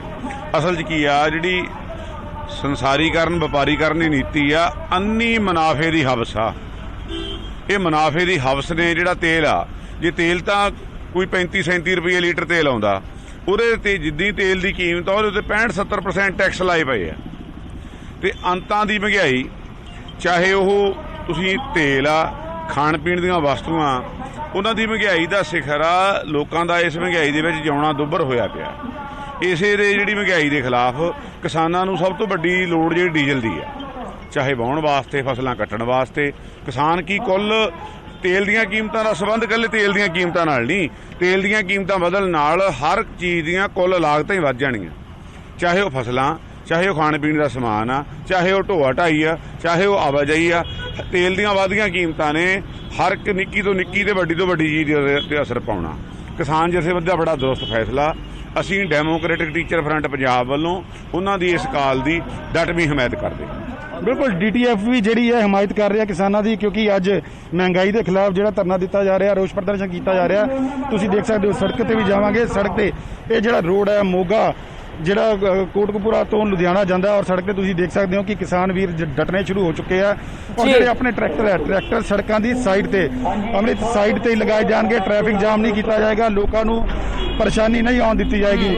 ਇਸ ਚੀਜ਼ ਨੂੰ ਲੈ ਕੇ ਜਿਹੜੇ ਕਿਸਾਨ ਵੀਰ ਨੇ ਆਪਣੇ ਜਿਹੜੇ ਵਾਹਨ ਨੇ ਸੜਕਾਂ ਤੇ ਹੀ ਸਾਈਡ ਤੇ ਲਗਾ ਕੇ ਇਸ ਤਰ੍ਹਾਂ ਸਿੰਬੋਲਿਕ ਜਿਹੜਾ ਰੋਸ ਪ੍ਰਦਰਸ਼ਨ ਕਰ ਰਹੇ ਆ ਔਰ ਕਿਹਾ ਜਾ ਰਿਹਾ ਕਿ ਇਸ ਤਰ੍ਹਾਂ ਹੀ ਲੰਬੀਆਂ ਲਾਈਨਾਂ ਜਿਹੜੀਆਂ ਅੱਜ ਇਹਨਾਂ ਸੜਕਾਂ ਤੇ ਲੱਗਣਗੀਆਂ ਔਰ ਰੋਸ ਪ੍ਰਦਰਸ਼ਨ ਕੀਤਾ ਜਾਏਗਾ ਕਿ ਜਿਹੜੀ ਮਹਿੰਗਾਈ ਹੈ, ਕਿਉਂਕਿ ਅਗਰ ਅੱਜ ਦੀ ਵੀ ਗੱਲ ਕੀਤੀ ਜਾਵੇ ਤਾਂ ਮੋਗਾ ਦੇ ਵਿੱਚ ਅੱਜ ਜਿਹੜਾ ਪੈਟਰੋਲ ਹੈ 102 ਰੁਪਏ ਤੋਂ ਉੱਪਰ ਹੋ ਚੁੱਕਾ ਹੈ। ਤੁਸੀਂ ਦੇਖ ਸਕਦੇ ਹੋ ਕਿ ਕਿਸਾਨ ਵੀਰ ਹੈ ਜਿਹੜਾ ਅੱਜ 10 ਤੋਂ 12 ਵਜੇ ਤੱਕ ਜਿਹੜਾ ਧਰਨਾ ਸ਼ੁਰੂ ਹੋਏਗਾ, ਜਿਹੜਾ ਰੋਸ ਪ੍ਰਦਰਸ਼ਨ ਸ਼ੁਰੂ ਹੋਏਗਾ। ਕਿਸਾਨ ਵੀਰ ਹੋਰ ਵੀ ਇੱਥੇ ਉਹਨਾਂ ਨਾਲ ਵੀ ਗੱਲ ਕਰਾਂਗੇ। ਵੀਰ ਜੀ ਕੀ ਕਹੋਗੇ, ਧਰਨਾ ਜਿਹੜਾ ਲਾ ਰਹੇ ਹੋ ਕੀ ਕਹਿਣੋਗੇ? ਦੱਸੋ ਯਾਰ ਮੜਾ ਕੀ ਕਹੋਗੇ ਤੁਸੀਂ ਵੀਰ ਜੀ ਜਿਹੜਾ ਰੋਸ ਪ੍ਰਦਰਸ਼ਨ ਕਰ ਰਹੇ ਹੋ ਮਹਿੰਗਾਈ ਹਾਂ ਜਿਹੜੀ ਮਹਿੰਗਾਈ ਵੱਧ ਰਹੀ ਹੈ ਇਹਦੇ ਬਾਰੇ ਪ੍ਰਦਰਸ਼ਨ ਕਰ ਰਹੇ ਹਾਂ ਕਿ ਸਾਨੂੰ ਸ਼ਾਂਤੀ ਮਿਲਣੀ ਚਾਹੀਦੀ ਹੈ ਕਿ ਮਹਿੰਗਾਈ ਬਹੁਤ, ਲਾਈਟ ਦੇ ਵੀ ਬਹੁਤ ਜ਼ਿਆਦਾ ਕੱਟ ਲੱਗ ਰਹੇ ਆ, ਇਸ ਕਰਕੇ ਬਿਲਕੁਲ ਲਾਈਟ ਦੇ ਵੀ ਕੱਟ ਰੱਖਦੇ ਆ, ਕਿਸਾਨਾਂ ਨੂੰ ਬਿਜਲੀ ਵੀ ਨਹੀਂ ਮਿਲ ਰਹੀ। ਤਾਂ ਦੀਪਕ ਇੱਕ ਪਾਸੇ ਬਿਜਲੀ ਦੇ ਕੱਟਾਂ ਤੋਂ ਪਰੇਸ਼ਾਨ ਨੇ, ਉਸੇ ਦੂਜੇ ਪਾਸੇ ਮਹਿੰਗਾਈ ਦੀ ਮਾਰ ਪੈ ਰਹੀ ਹੈ ਤਾਂ ਆਮ ਲੋਕਾਂ ਤੋਂ ਲੈ ਕੇ ਹਰ ਵਰਗ ਪਰੇਸ਼ਾਨ ਹੈ ਕਿਉਂਕਿ ਝੋਨੇ ਦੀ ਬਿਜਾਈ ਚੱਲ ਰਹੀ ਹੈ, ਡੀਜ਼ਲ ਮਹਿੰਗਾ ਹੋਣ ਕਰਕੇ ਕਿਸਾਨ ਪਰੇਸ਼ਾਨ ਹੈ। ਫਿਲਹਾਲ ਇਸੇ ਤਰ੍ਹਾਂ ਤਸਵੀਰਾਂ ਦੀਪਕ ਤੁਸੀਂ ਦਰਸ਼ਕਾਂ ਦੇ ਨਾਲ ਸਾਂਝੀਆਂ ਕਰਦੇ ਰਹੋ। ਤਾਂ ਤਸਵੀਰਾਂ ਤੁਹਾਨੂੰ ਖਰੜ ਦੀਆਂ ਦਿਖਾ ਰਹੇ ਹਾਂ, ਅੰਮ੍ਰਿਤਸਰ ਦੀਆਂ ਦਿਖਾ ਰਹੇ ਹਾਂ, ਮੋਗਾ ਦੀਆਂ, ਇਸ ਤੋਂ ਪਹਿਲਾਂ ਰੋਪੜ ਦੀਆਂ ਤਸਵੀਰਾਂ, ਲੁਧਿਆਣਾ ਦੀਆਂ ਤਸਵੀਰਾਂ ਤੁਸੀਂ ਦੇਖੀਆਂ ਜਿੱਥੇ ਅੱਜ ਪ੍ਰਦਰਸ਼ਨ ਕਿਸਾਨ ਕਰਦੇ ਨਜ਼ਰ ਆ ਰਹੇ ਨੇ। ਮਨੁੱਖੀ ਚੇਨ ਬਣਾਈ ਜਾ ਰਹੀ ਹੈ। ਹਾਲਾਂਕਿ ਕਹਿੰਦੇ ਨੇ ਅਸੀਂ ਟ੍ਰੈਫਿਕ ਜਾਮ ਨਹੀਂ ਕਰਾਂਗੇ, ਲੋਕਾਂ ਨੂੰ ਪਰੇਸ਼ਾਨੀ ਨਹੀਂ ਆਉਣ ਦੇਵਾਂਗੇ ਕਿਉਂਕਿ ਅਸੀਂ ਤਾਂ ਖੁਦ ਪਰੇਸ਼ਾਨੀ ਦਾ ਹੱਲ ਲੱਭਣ ਦੇ ਲਈ ਸੜਕਾਂ ਤੇ ਆਏ ਹਾਂ। ਬੀਜੇਪੀ ਆਗੂ ਸੁਰਜੀਤ ਜੈਣੀ ਸਾਡੇ ਨਾਲ ਜੁੜੇ ਨੇ। ਤਾਂ ਜੈਣੀ ਜੀ, ਅੱਜ ਇੱਕ ਵਾਰ ਫਿਰ ਤੋਂ ਕਿਸਾਨ ਸੜਕਾਂ ਤੇ ਨੇ ਪਰ ਮੁੱਦਾ ਇਸ ਵਾਰ ਮਹਿੰਗਾਈ ਦਾ ਹੈ। ਮਹਿੰਗਾਈ ਦੀ ਮਾਰ ਜੋ ਪੈ ਰਹੀ ਹੈ ਉਸਨੇ ਅੱਜ ਲੋਕਾਂ ਨੂੰ ਲਿਆ ਕੇ ਸੜਕਾਂ ਤੇ ਖੜਾ ਕਰ ਦਿੱਤਾ ਹੈ। ਅਮਰਤ ਗੱਲ ਇਹ ਹੈ ਕਿ ਪਹਿਲਾਂ ਤਾਂ ਮੈਂ ਜਿਹੜੇ ਜਥੇਬੰਦੀ ਨੇ ਫੈਸਲਾ ਲਿਆ ਮੈਂ ਇਹਦਾ ਸਵਾਗਤ ਕਰਦਾ ਕਿ ਇਹਨਾਂ ਜਿਹੜਾ ਕਿਹਾ ਹੈ ਕਿ ਰੋਸ ਕਰਾਂਗੇ ਤੇ ਟ੍ਰੈਫਿਕ ਜਾਮ ਨਹੀਂ ਕਰਾਂਗੇ ਤਾਂ ਕਿ ਆਵਾਜਾਈ ਲੋਕਾਂ ਨੂੰ ਕਿਸੇ ਤਰ੍ਹਾਂ ਦੀ ਪਰੇਸ਼ਾਨੀ ਨਾ ਹੋਵੇ ਜੀ। ਇਹ ਇੱਕ ਬਹੁਤ ਅੱਛਾ ਔਰ ਬਹੁਤ बढ़िया ਫੈਸਲਾ ਹੈ। ਇਹਦੀ ਸਲਾਨਾ ਪ੍ਰਸ਼ੰਸਾ ਕਰਨੀ ਚਾਹੀਦੀ ਹੈ ਔਰ ਐਸੇ ਤਰ੍ਹਾਂ ਪ੍ਰਜਾਤੰਤਰ ਦੇ ਵਿੱਚ ਰੋਸ ਕਰਨਾ ਸਾਡਾ ਰਾਈਟ ਹੈ। और महंगाई की अगर गल करिए तो महंगाई का हर साल जी है लगातार बढ़ती जा रही है। अमृत मैं तुम दसा कि मेरी उम्र 65 साल की है और 50 पैसे लीटर डीजल में लिया, 50 पैसे जी। और 90 पैसे पेट्रोल खरीद के मैं मेरी गड्डी चलाई है, 50 पैसे मेरा डीजल चलाया है। जो महंगाई हर साल हर महीने हर दिन बढ़ती जा रही है। चलो मनी महंगाई तो बढ़ रही है, महंगाई अज है ते नाल दी नाल साडी आमदन दे विच भी वाधा हो रहा है। ठीक है, मुश्किल सानू आ रही है, वो साडा बंदोबस्त और सिस्टम जिहड़ा है वो सही नहीं है। ना लोकां दा, ना सरकार दा, ना प्रशासन दा, किसी दा भी नहीं है। ठीक है, असीं वोटां दी जिहड़ी राजनीति है ये सानू बड़ी परेशान कर रही है, हर एक इंसान नू दुखी कर रही है। तां महंगाई दी अगर गल करिए तां कोई अज आपां मोदी साहब नू दोष दईए वो कोई उचित नहीं है। महंगाई तो ऑलरेडी हर साल हर महीने हर दिन बढ़ती आ रही है। नहीं पर चलो जैनी जी हर साल बढ़ती है महंगाई पर हुण तां 7 साल हो गए ने, 7 साल तो ज्यादा समा हो गया केंद्र दे विच सरकार है तुहाडी, पर हुण ये तां गल है नहीं कि पिछले 5 साल लई कह दित्ता जावे कि पिछले 5 साल सरकार होर सी, सानू तां हजे 2 साल होए ने महंगाई वध रही है। गल तुसीं भी अपने मूंह कह रहे हो कि नाकामी सरकारां दी भी रही है, हालात तुहानू भी पता है आमदन वधन दी बजाय लोकां दीयां नौकरियां चलियां गईयां ने। हालात अज जिस तरह दे ने पिछले खास करके कोरोना काल तो बाद ਤਾਂ ਲੱਗਦਾ ਨਹੀਂ ਹੈ ਕਿ ਅੱਜ 102 ਰੁਪਏ ਨੂੰ ਵੀ ਪਾਰ ਪੈਟਰੋਲ ਚਲਾ ਕੇ ਆਮ ਵਿਅਕਤੀ ਜਾਵੇਗਾ ਕਿੱਥੇ? ਤੁਹਾਨੂੰ ਅਮਰਤ ਮੈਂ ਕਹਿ ਰਿਹਾ ਕਿ 50 ਪੈਸੇ ਤੇ ਮੈਂ ਪੈਟਰੋਲ ਡੀਜ਼ਲ ਖਰੀਦਿਆ, 50 ਪੈਸੇ ਤੇ ਟਰੈਕਟਰ ਵਾਸਤੇ 90 ਪੈਸੇ ਪੈਟਰੋਲ ਖਰੀਦਿਆ ਹੈ। ਇਹ ਕੋਈ ਇੱਕਦਮ ਨਹੀਂ ਵੱਧ ਗਿਆ, ਇਹ ਧੀਰੇ ਧੀਰੇ। ਅੱਛਾ, ਇਹ ਕਾਂਗਰਸ ਦੀ ਜਿਹੜੀ ਸਰਕਾਰ ਦੀ ਉਹਦੀ ਨਿਕਾਮੀ ਹੈ ਤੇ ਇਹਨਾਂ ਨੇ ਜਿਹੜਾ ਹੈ 10 ਸਾਲ ਦੇ ਵਿੱਚ ਜਿਹੜੇ ਫੈਸਲੇ ਕੀਤੇ ਸੀ ਉਹ ਕਰਜ਼ਾ ਇੰਨਾ ਹੋ ਚੁੱਕਾ ਅੱਜ ਉਹ ਸਤਾ ਰਿਹਾ। ਔਰ ਮੈਂ ਤੁਹਾਨੂੰ ਕਹਿਣਾ ਚਾਹਨਾ ਕਿ ਮੋਦੀ ਸਾਹਿਬ ਬੜਾ ਜਲਦੀ ਇਸ ਚੀਜ਼ ਦਾ ਫੈਸਲਾ ਲੈਣ ਜਾ ਰਹੇ ਨੇ ਕਿ ਸਾਰੇ ਡੀਜ਼ਲ ਔਰ ਪੈਟਰੋਲ ਦੇ ਵਿੱਚ ਇੱਕ ਅੱਛੀ ਖਬਰ ਸਭ ਨੂੰ ਮਿਲੇਗੀ, ਕੋਈ ਐਸੀ ਗੱਲ ਨਹੀਂ। ਤਾਂ ਪੈਟਰੋਲ ਮੰਤਰੀ ਵੀ ਬਦਲ ਦਿੱਤੇ ਗਏ ਨੇ, ਹਰਦੀਪ ਪੁਰੀ ਨੂੰ ਜ਼ਿੰਮੇਵਾਰੀ ਦੇ ਦਿੱਤੀ ਹੈ, ਤੁਹਾਡੇ ਸਾਥੀ ਰਹੇ ਨੇ ਚੰਗੇ, ਪੰਜਾਬ ਨੂੰ ਰਿਪਰੈਜ਼ੈਂਟ ਕਰਦੇ ਨੇ, ਤੇ ਕੀ ਹੁਣ ਤੁਸੀਂ ਕਹਿੰਦੇ ਹੋ ਕਿ ਤਸਵੀਰ ਵੀ ਕੁਝ ਬਦਲੇਗੀ, ਲੋਕਾਂ ਨੂੰ ਕੋਈ ਰਾਹਤ ਮਿਲੇਗੀ ਆਉਣ ਵਾਲੇ ਦਿਨਾਂ 'ਚ? ਮਿਲੇਗੀ। ਜਿਹੜਾ ਕਰਜ਼ਾ ਇਹ ਚੜਾ ਕੇ ਗਏ ਸੀ ਉਹ ਹੁਣ ਉਤਰ ਰਿਹਾ ਅਮੂਮਨ ਉਤਰ ਗਿਆ ਹੈ।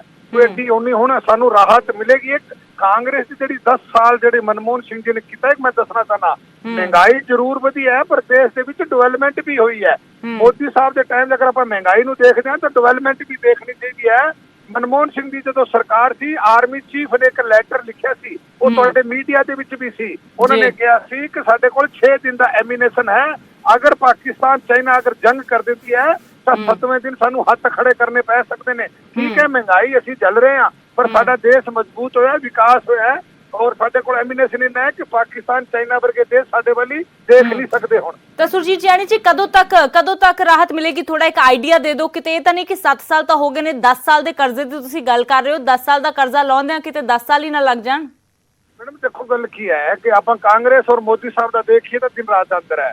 ਕਾਂਗਰਸ ਦੇ ਟਾਈਮ 'ਚ ਮਹਿੰਗਾਈ ਵੱਧਦੀ ਹੋ ਜਾਂਦੀ, ਜੇਬਾਂ ਵਿੱਚ ਜਾਂਦੀ ਸੀ, ਔਰ ਮੋਦੀ ਸਾਹਿਬ ਦੇ ਟਾਈਮ ਮਹਿੰਗਾਈ ਵਧੀ ਹੈ, ਵਿਕਾਸ ਦੀ ओर ਜਾ ਰਹੀ ਹੈ, ਦੇਸ਼ ਤਰੱਕੀ ਵੱਲ ਜਾ ਰਿਹਾ ਹੈ। ਇਹ ਆਪਾਂ ਨੂੰ ਮੰਨਣਾ ਪੈਣਾ, ਦੇਖਣਾ ਪੈਣਾ। ਦੇਖੋ ਮੈਂ ਫਾਜ਼ਿਲਕਾ ਰਹਿਣਾ, ਮੈਂ ਚੰਡੀਗੜ੍ਹ ਜਦੋਂ ਜਾਂਦਾ ਸੀ ਗੱਡੀ ਲੈ ਕੇ 8 ਘੰਟੇ ਲੱਗਦੇ ਸੀ, ਹੁਣ ਮੈਂ 4 ਘੰਟੇ ਜੇ ਪਹੁੰਚ ਜਾਣਾ। 4 ਲਾਈਨ ਬਣ ਗਈ, ਐਕਸੀਡੈਂਟ ਦੀ ਰੇਸ਼ੋ ਘਟ ਗਈ ਹੈ, ਇੱਕ ਪਾਸੇ ਜਾਣਾ ਇੱਕ ਪਾਸੇ ਆਣਾ, ਉਦੋਂ ਐਕਸੀਡੈਂਟ ਵੀ ਬਹੁਤ ਹੁੰਦੇ ਸੀਗੇ। ਠੀਕ ਹੈ, ਵਿਕਾਸ ਹੋਇਆ, ਮਹਿੰਗਾਈ ਹੋਈ ਹੈ, ਮਹਿੰਗਾਈ ਤੇ ਕੰਟਰੋਲ ਵੀ ਹੋਏਗਾ। ਕੋਈ ਮੋਦੀ ਵਰਗੀ ਸਰਕਾਰ ਜਿਹੜੀ ਕਦੇ ਨਹੀਂ ਚਾਹੁੰਦੀ ਕਿ ਸਾਡੇ ਲੋਕ, ਸਾਡੀ ਆਵਾਮ ਜਿਹੜੀ ਪਰੇਸ਼ਾਨ ਹੋਵੇ। ਚਲੋ ਫਿਲਹਾਲ ਦੇਖਦੇ ਹਾਂ ਸੁਰਜੀਤ ਜਿਆਣੀ ਜੀ ਕਦੋਂ ਤੱਕ ਲੋਕਾਂ ਨੂੰ ਰਾਹਤ ਮਿਲਦੀ ਹੈ। ਉਮੀਦ ਕਰਦੇ ਹਾਂ ਕਿ ਜਲਦ ਮਹਿੰਗਾਈ ਦੀ ਮਾਰ ਤੋਂ ਰਾਹਤ ਮਿਲੇ, ਕਿਉਂਕਿ ਹਰ ਵਰਗ ਪਰੇਸ਼ਾਨ ਹੈ। ਸ਼ੁਕਰੀਆ ਇਸ तमाम ਗੱਲਬਾਤ ਦੇ ਲਈ।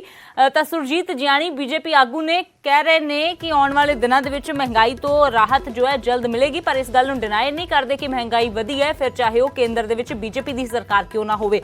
ਹਾਲਾਂਕਿ ਜ਼ਿੰਮੇਵਾਰ ਕਾਂਗਰਸ ਨੂੰ ਹੀ ਠਹਿਰਾ ਰਹੇ ਨੇ। ਇਸ ਤੋਂ ਇਲਾਵਾ ਵੱਖ-ਵੱਖ ਥਾਵਾਂ ਤੋਂ ਸਾਡੇ ਸਹਿਯੋਗੀ ਜੁੜੇ, ਖਰੜ ਤੋਂ ਮਨੋਜ ਰਾਠੀ ਦੀਆਂ ਤਸਵੀਰਾਂ ਦਿਖਾਈਆਂ। ਮਨੋਜ ਤੁਹਾਡਾ ਸ਼ੁਕਰੀਆ। ਅੰਮ੍ਰਿਤਸਰ ਤੋਂ ਰਾਜੀਵ जुड़े, राजीव ਤੁਹਾਡਾ शुक्रिया। अवतार कंबोज रोपड़ तो जुड़े, अवतार ਤੁਹਾਡਾ शुक्रिया। मोगा तो दीपक साडे सहयोगी जुड़े ते रोहित गौड़ लुधियाना तो जुड़े, रोहित ਤੁਹਾਡਾ भी शुक्रिया। ਤਾਂ तमाम शहरों ਦੀਆਂ ਤਸਵੀਰਾਂ ਤੁਹਾਨੂੰ ਦਿਖਾਈਆਂ ਵੱਖ-ਵੱਖ ਜਿੱਥੇ ਅੱਜ ਕਿਸਾਨਾਂ ਦੇ ਵੱਲੋਂ ਪ੍ਰਦਰਸ਼ਨ ਕੀਤਾ ਜਾ ਰਿਹਾ ਹੈ, ਪਰ ਇਹ ਪ੍ਰਦਰਸ਼ਨ ਸਾਈਡਾਂ ਤੇ ਕੀਤਾ ਜਾ ਰਿਹਾ ਹੈ। ਸੜਕ ਦੇ ਵਿੱਚ ਆ ਕੇ ਟ੍ਰੈਫਿਕ ਰੋਕਿਆ ਨਹੀਂ ਜਾ ਰਿਹਾ, ਬਲਕਿ ਮਨੁੱਖੀ ਚੇਨ ਬਣਾ ਕੇ ਤੇ ਸਰਕਾਰਾਂ ਦੇ ਖਿਲਾਫ ਨਾਅਰੇਬਾਜ਼ੀ ਕਰਕੇ ਪ੍ਰਦਰਸ਼ਨ ਕੀਤਾ ਜਾ ਰਿਹਾ ਹੈ। ਕਿਸਾਨਾਂ ਨੂੰ ਸਹਿਯੋਗ ਜਿੱਥੇ ਟਰਾਂਸਪੋਰਟ ਯੂਨੀਅਨ ਦਾ ਮਿਲ ਰਿਹਾ, ਉੱਥੇ ਅਧਿਆਪਕਾਂ ਤੇ ਹੋਰ ਜਥੇਬੰਦੀਆਂ ਵੀ ਕਿਸਾਨਾਂ ਦੇ ਨਾਲ ਨੇ।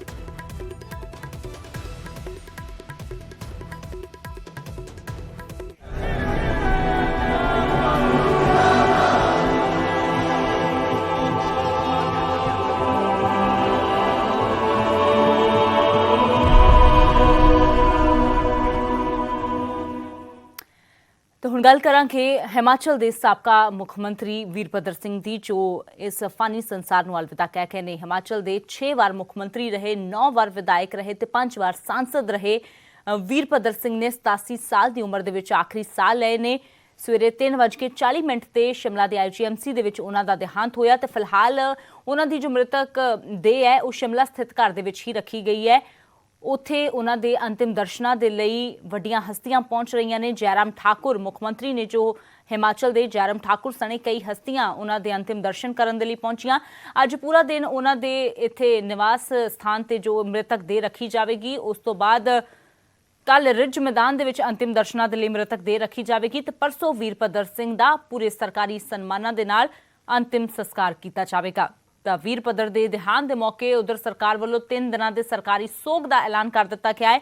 ਅੱਜ 1 ਦਿਨ ਦੀ ਸਰਕਾਰੀ ਛੁੱਟੀ ਦਾ ਐਲਾਨ ਕਰ ਦਿੱਤਾ ਗਿਆ ਹੈ। ਸ਼ਿਮਲਾ ਦੀ IGMC ਦੇ ਵਿੱਚ ਕਰੀਬ 2.5 ਮਹੀਨਿਆਂ ਤੋਂ ਇਲਾਜ ਚੱਲ ਰਿਹਾ ਸੀ ਵੀਰਭੱਦਰ ਸਿੰਘ ਦਾ ਤੇ IGMC ਦੇ ਵਿੱਚ ਅੱਜ ਸਵੇਰੇ 3:40 ਤੇ ਉਹਨਾਂ ਨੇ ਆਖਰੀ ਸਾਹ ਲਏ ਨੇ। ਕਰੋਨਾ ਦੇ ਨਾਲ ਉਹਨਾਂ ਦੀ ਤਬੀਅਤ ਵਿਗੜੀ ਸੀ, ਹਾਲਾਂਕਿ ਕਰੋਨਾ ਨੂੰ ਉਹ ਮਾਤ ਵੀ ਦੇ ਚੁੱਕੇ ਨੇ, ਮਾਤ ਦੇ ਕੇ ਵਾਪਸ ਘਰ ਆਏ, ਠੀਕ ਹੋਏ, ਪਰ ਉਸ ਤੋਂ ਬਾਅਦ ਫਿਰ ਤੋਂ ਜੋ ਉਹਨਾਂ ਦੀ ਸਿਹਤ ਵਿਗੜੀ ਤੇ 2 ਦਿਨ ਪਹਿਲਾਂ ਜ਼ਿਆਦਾ ਤਬੀਅਤ ਵਿਗੜਨ ਕਾਰਨ ਉਹਨਾਂ ਨੂੰ ਵੈਂਟੀਲੇਟਰ ਤੇ ਸ਼ਿਫਟ ਕਰ ਦਿੱਤਾ ਗਿਆ।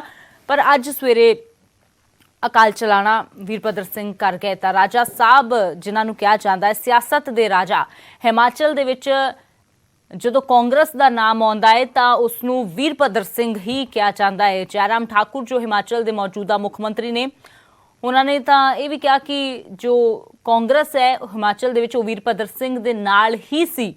ਤਾਂ ਅੱਜ ਜਾਂ ਆਉਣ ਵਾਲੇ ਕੱਲ੍ਹ ਦੇ ਵਿੱਚ ਕਾਂਗਰਸ ਦਾ ਕਿਸ ਤਰ੍ਹਾਂ ਦਾ ਹਾਲ ਹੋਵੇਗਾ, ਇਸ ਦੇ ਲਈ ਕਾਂਗਰਸ ਨੂੰ ਹੁਣ ਬਹੁਤ ਜ਼ਿਆਦਾ ਮਿਹਨਤ ਵੀ ਕਰਨ ਦੀ ਲੋੜ ਹੈ, ਕਿਉਂਕਿ ਇੱਕ ਵੱਡਾ ਚਿਹਰਾ ਵੀਰਭੱਦਰ ਸਿੰਘ ਵਰਗਾ ਕਾਂਗਰਸ ਵੀ ਕਹਿੰਦੀ ਹੈ ਕਿ ਸ਼ਾਇਦ ਹੀ ਸਾਨੂੰ ਕੋਈ ਦੁਬਾਰਾ ਮਿਲ ਸਕੇ ਕਿ ਇੰਨਾ ਸੰਤੁਲਨ ਬਣਾ ਕੇ ਰੱਖਣ ਵਾਲਾ, ਲੋਕਾਂ ਦੇ ਵਿੱਚ ਇੰਨੇ ਲੋਕਪ੍ਰਿय ਜੋ ਇੱਕ ਨੇਤਾ ਸੀ ਵੀਰਭੱਦਰ ਸਿੰਘ। ਇਹੀ ਕਾਰਨ ਹੈ ਕਿ 6 ਵਾਰ ਮੁੱਖ ਮੰਤਰੀ ਬਣੇ, ਚੌਥੇ ਮੁੱਖ ਮੰਤਰੀ ਹਿਮਾਚਲ ਦੇ ਉਹ ਪਹਿਲੀ ਵਾਰ ਬਣੇ ਸੀ ਤੇ ਉਸ ਤੋਂ ਬਾਅਦ ਇਹ ਸਿਲਸਿਲਾ ਲਗਾਤਾਰ ਜਾਰੀ ਰਿਹਾ। 6 ਵਾਰ ਮੁੱਖ ਮੰਤਰੀ ਰਹੇ।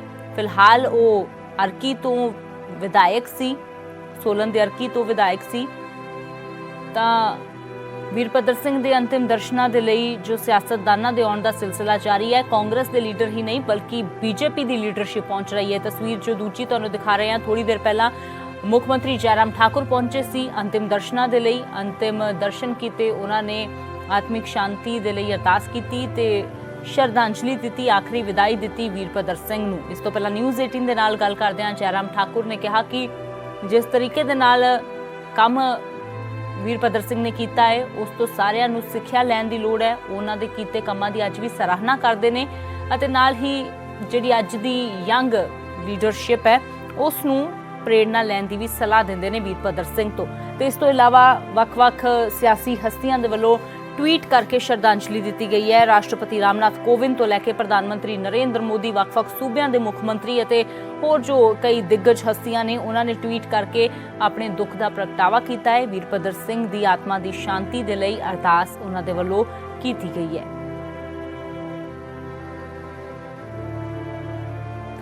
ਤਾਂ ਰਾਸ਼ਟਰਪਤੀ ਰਾਮਨਾਥ ਕੋਵਿੰਦ ਦੇ ਵੱਲੋਂ ਟਵੀਟ ਕੀਤਾ ਗਿਆ ਹੈ। ਵੀਰਭੱਦਰ ਸਿੰਘ ਜੀ ਦੀ ਦੇਹਾਂਤ ਦੀ ਖਬਰ ਸੁਣ ਕੇ ਕਿਹਾ ਕਿ ਮੈਂ ਬੇहद ਦੁਖੀ ਹਾਂ। ਹਿਮਾਚਲ ਦੇ ਮੁੱਖ ਮੰਤਰੀ ਤੇ ਸੰਸਦ ਰਹਿੰਦਿਆਂ ਉਹਨਾਂ ਹਿਮਾਚਲ ਪ੍ਰਦੇਸ਼ ਦੇ ਵਿਕਾਸ ਦੇ ਲਈ ਵੱਡਾ ਯੋਗਦਾਨ ਪਾਇਆ। ਪਰਿਵਾਰ ਨਾਲ ਮੇਰੀ ਹਮਦਰਦੀ। ਪ੍ਰਧਾਨ ਮੰਤਰੀ ਨਰਿੰਦਰ ਮੋਦੀ ਨੇ ਟਵੀਟ ਕੀਤਾ ਕਿ ਸ੍ਰੀ ਵੀਰਭੱਦਰ ਸਿੰਘ ਜੀ ਨੂੰ ਆਪਣੇ ਲੰਬੇ ਸਿਆਸੀ ਕੈਰੀਅਰ 'ਚ ਕਾਫੀ ਤਜਰਬਾ ਸੀ। ਹਿਮਾਚਲ ਪ੍ਰਦੇਸ਼ ਦੇ ਵਿਕਾਸ 'ਚ ਉਹਨਾਂ ਅਹਿਮ ਭੂਮਿਕਾ ਨਿਭਾਈ। ਉਹਨਾਂ ਦੇ ਦੇਹਾਂਤ ਦੇ ਨਾਲ ਦੁਖੀ ਹਾਂ।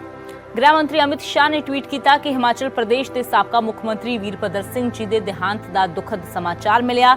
ਪਰਮਾਤਮਾ ਉਹਨਾਂ ਦੀ ਆਤਮਾ ਨੂੰ ਸ਼ਾਂਤੀ ਪ੍ਰਦਾਨ ਕਰੇ। ਪਰਿਵਾਰ ਅਤੇ ਕਰੀਬੀਆਂ ਨਾਲ ਮੇਰੀ ਸੰਵੇਦਨਾ।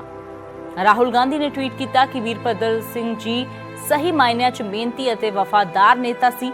ਲੋਕਾਂ ਤੇ ਕਾਂਗਰਸ ਪ੍ਰਤੀ ਉਹਨਾਂ ਦੀ ਸੇਵਾ ਭਾਵਨਾ ਹਮੇਸ਼ਾ ਇੱਕ ਉਦਾਹਰਣ ਰਹੇਗੀ। ਪਰਿਵਾਰ ਨਾਲ ਮੇਰੀ ਹਮਦਰਦੀ ਤੇ ਉਹ ਹਮੇਸ਼ਾ ਯਾਦ ਕੀਤੇ ਜਾਣਗੇ। ਪ੍ਰਿਯੰਕਾ ਗਾਂਧੀ ਨੇ ਟਵੀਟ ਕੀਤਾ ਕਿ ਸਿਆਸਤ 'ਚ ਪਹਾੜ ਵਰਗਾ ਕੱਦ ਰੱਖਣ ਵਾਲੇ ਤੇ ਦੇਵ ਭੂਮੀ ਹਿਮਾਚਲ ਨੂੰ ਨਵੀਆਂ ਉਚਾਈਆਂ ਤੇ ਲੈ ਕੇ ਜਾਣ ਵਾਲੇ ਸਾਬਕਾ ਮੁੱਖ ਮੰਤਰੀ ਤੇ ਕਾਂਗਰਸ ਦੇ ਸੀਨੀਅਰ ਆਗੂ ਸ੍ਰੀ ਵੀਰਭੱਦਰ ਸਿੰਘ ਜੀ ਦੇ ਦੇਹਾਂਤ ਨਾਲ ਸਾਨੂੰ ਕਦੇ ਨਾ ਪੂਰਾ ਹੋਣ ਵਾਲਾ ਘਾਟਾ ਪਿਆ ਹੈ। ਪਰਮਾਤਮਾ ਸ੍ਰੀ ਵੀਰਭੱਦਰ ਸਿੰਘ ਜੀ ਨੂੰ ਆਪਣੇ ਚਰਨਾਂ 'ਚ ਨਿਵਾਸ ਬਖਸ਼ੇ। ਤਾਂ ਹਿਮਾਚਲ ਦੇ ਮੁੱਖ ਮੰਤਰੀ ਜੈਰਾਮ ਠਾकुर ਨੇ ਟਵੀਟ ਕੀਤਾ ਕਿ ਦੇਵ ਭੂਮੀ ਹਿਮਾਚਲ ਦੇ 6 ਵਾਰ ਮੁੱਖ ਮੰਤਰੀ ਰਹੇ ਹਿਮਾਚਲ ਦੇ ਸੀਨੀਅਰ ਆਗੂ ਵੀਰਭੱਦਰ ਸਿੰਘ ਜੀ ਦੇ ਦੇਹਾਂਤ ਦੀ ਖਬਰ ਸਾਨੂੰ ਸਭ ਨੂੰ ਬੇहद ਦੁਖੀ ਕਰਨ ਵਾਲੀ ਹੈ। ਹਿਮਾਚਲ ਨੂੰ ਕਦੇ ਵੀ ਨਾ ਪੂਰਾ ਹੋਣ ਵਾਲਾ ਘਾਟਾ ਪਿਆ ਹੈ ਜਿਸ ਦੀ ਭਰਪਾਈ ਨਹੀਂ ਹੋਵੇਗੀ। ਹਿਮਾਚਲ ਦੇ ਵਿਕਾਸ 'ਚ ਉਹਨਾਂ ਦਾ ਯੋਗਦਾਨ ਅਹਿਮ ਹੈ ਜਿਸ ਨੂੰ ਕਦੇ ਭੁਲਾਇਆ ਨਹੀਂ ਜਾ ਸਕਦਾ। ਯੂਪੀ ਦੇ ਮੁੱਖ ਮੰਤਰੀ ਯੋਗੀ ਆਦਿੱਤਿਆਨਾਥ ਨੇ ਟਵੀਟ ਕੀਤਾ ਕਿ ਸੀਨੀਅਰ ਰਾਜਨੇਤਾ, ਸਾਬਕਾ ਕੇਂਦਰੀ ਮੰਤਰੀ, ਹਿਮਾਚਲ ਪ੍ਰਦੇਸ਼ ਦੇ ਸਾਬਕਾ ਮੁੱਖ ਮੰਤਰੀ ਸ਼੍ਰੀ ਵੀਰਭੱਦਰ ਸਿੰਘ ਜੀ ਦੇ ਦੇਹਾਂਤ ਨਾਲ ਬੇहद ਦੁਖੀ ਹਾਂ। ਭਗਵਾਨ ਸ਼੍ਰੀ ਰਾਮ ਨੂੰ ਪ੍ਰਾਰਥਨਾ ਹੈ ਕਿ ਦਿਵੰਗਤ ਆਤਮਾ ਨੂੰ ਆਪਣੇ ਚਰਨਾਂ 'ਚ ਸਥਾਨ ਦੇਣ ਤੇ ਪਰਿਵਾਰ ਨੂੰ ਦੁੱਖ ਸਹਿਣ ਦੀ ਸ਼ਕਤੀ ਦੇਣ। ਤੇ ਇਸੇ ਤਰ੍ਹਾਂ ਪੰਜਾਬ ਦੇ ਮੁੱਖ ਮੰਤਰੀ ਕੈਪਟਨ ਅਮਰਿੰਦਰ ਸਿੰਘ ਨੇ ਟਵੀਟ ਕੀਤਾ ਹੈ ਕਿ ਹਿਮਾਚਲ ਦੇ ਸੀਐਮ ਰਾਜਾ ਵੀਰਭੱਦਰ ਸਿੰਘ ਜੀ ਦੇ ਦੇਹਾਂਤ ਦੀ ਖਬਰ ਸੁਣੀ ਤੇ ਦੁੱਖ ਪਹੁੰਚਿਆ। ਲੋਕਾਂ ਦਾ ਹਰਮਨ ਪਿਆਰਾ ਲੀਡਰ ਅੱਜ ਵਿਛੋੜਾ ਦੇ ਗਿਆ। ਤਾਂ ਵੀਰਭੱਦਰ ਸਿੰਘ ਜੀ ਦੇ ਜਾਣ ਦੇ ਨਾਲ ਹਰ ਕੋਈ ਜੋ ਹੈ ਉਹ ਉਹਨਾਂ ਨੂੰ ਆਖਰੀ ਵਿਦਾਈ ਜੋ ਦੇ ਰਿਹਾ ਹੈ ਤੇ ਕਹਿ ਰਿਹਾ ਹੈ ਕਿ ਉਹਨਾਂ ਵਰਗਾ ਲੀਡਰ, ਕੱਦਾਵਰ ਲੀਡਰ ਜਾਣ ਦੇ ਨਾਲ ਇੱਕ ਯੁੱਗ ਦਾ ਅੰਤ ਹੋਇਆ ਹੈ ਅਤੇ ਨਾ ਪੂਰਾ ਹੋਣ ਵਾਲਾ ਘਾਟਾ ਨਾ ਸਿਰਫ ਕਾਂਗਰਸ ਨੂੰ ਬਲਕਿ ਹਿਮਾਚਲ ਦੀ ਜਨਤਾ ਨੂੰ ਵੀ ਹੋਇਆ ਹੈ। ਇਹੀ ਕਾਰਨ ਹੈ ਕਿ ਅੱਜ ਹਿਮਾਚਲ ਦੇ ਲੋਕ ਵੀ ਇਸ ਦਿਨ ਨੂੰ ਇੱਕ ਮਨਹੂਸ ਦਿਨ ਵਜੋਂ ਕਰਾਰ ਦੇ ਰਹੇ ਨੇ ਤੇ ਕਹਿ ਰਹੇ ਨੇ ਕਿ ਅੱਜ ਦਾ ਦਿਨ ਬੇहद ਦੁਖਦ ਸਮਾਚਾਰ ਅੱਜ ਦੀ ਸਵੇਰ ਲੈ ਕੇ ਆਈ। वीरभद्र सिंह जी एक इंसान के रूप में और एक नेता के रूप में पूरे हिमाचल प्रदेश में और हिमाचल के साथ साथ में मैं कह सकता हूँ केंद्र की राजनीति में भी रहे तो उस वक्त अपनी पहचान बनाने में जो है वो सफल रहे हैं और लंबे समय तक प्रदेश का नेतृत्व 6 बार अलग अलग समय में जो है वो बतौर मुख्यमंत्री हिमाचल प्रदेश में रहे और उसके पश्चात केंद्र में मंत्री रहे। हमेशा उनने हिमाचल के हित की बात केंद्र में बतौर मंत्री के नाते और हिमाचल प्रदेश में मुख्यमंत्री के बतौर काम करते हुए जो है वो बहुत प्रखर ढंग से रखी। और सबसे बड़ी बात यह है कि इतने लंबे समय तक हिमाचल प्रदेश में कोई भी मुख्यमंत्री नहीं रहे। मैं समझता हूं कि हिमाचल की ही बात नहीं पूरे देश भर में भी ऐसे नेतृत्व बहुत कम है उनके जाने से ये पूरे प्रदेश के लिए एक बहुत बड़ी क्षति है, देश के लिए क्षति है, और परिवार इस दुख को सहन करे, इसके लिए मैं ईश्वर से प्रार्थना करता हूं कि उनको शक्ति दे।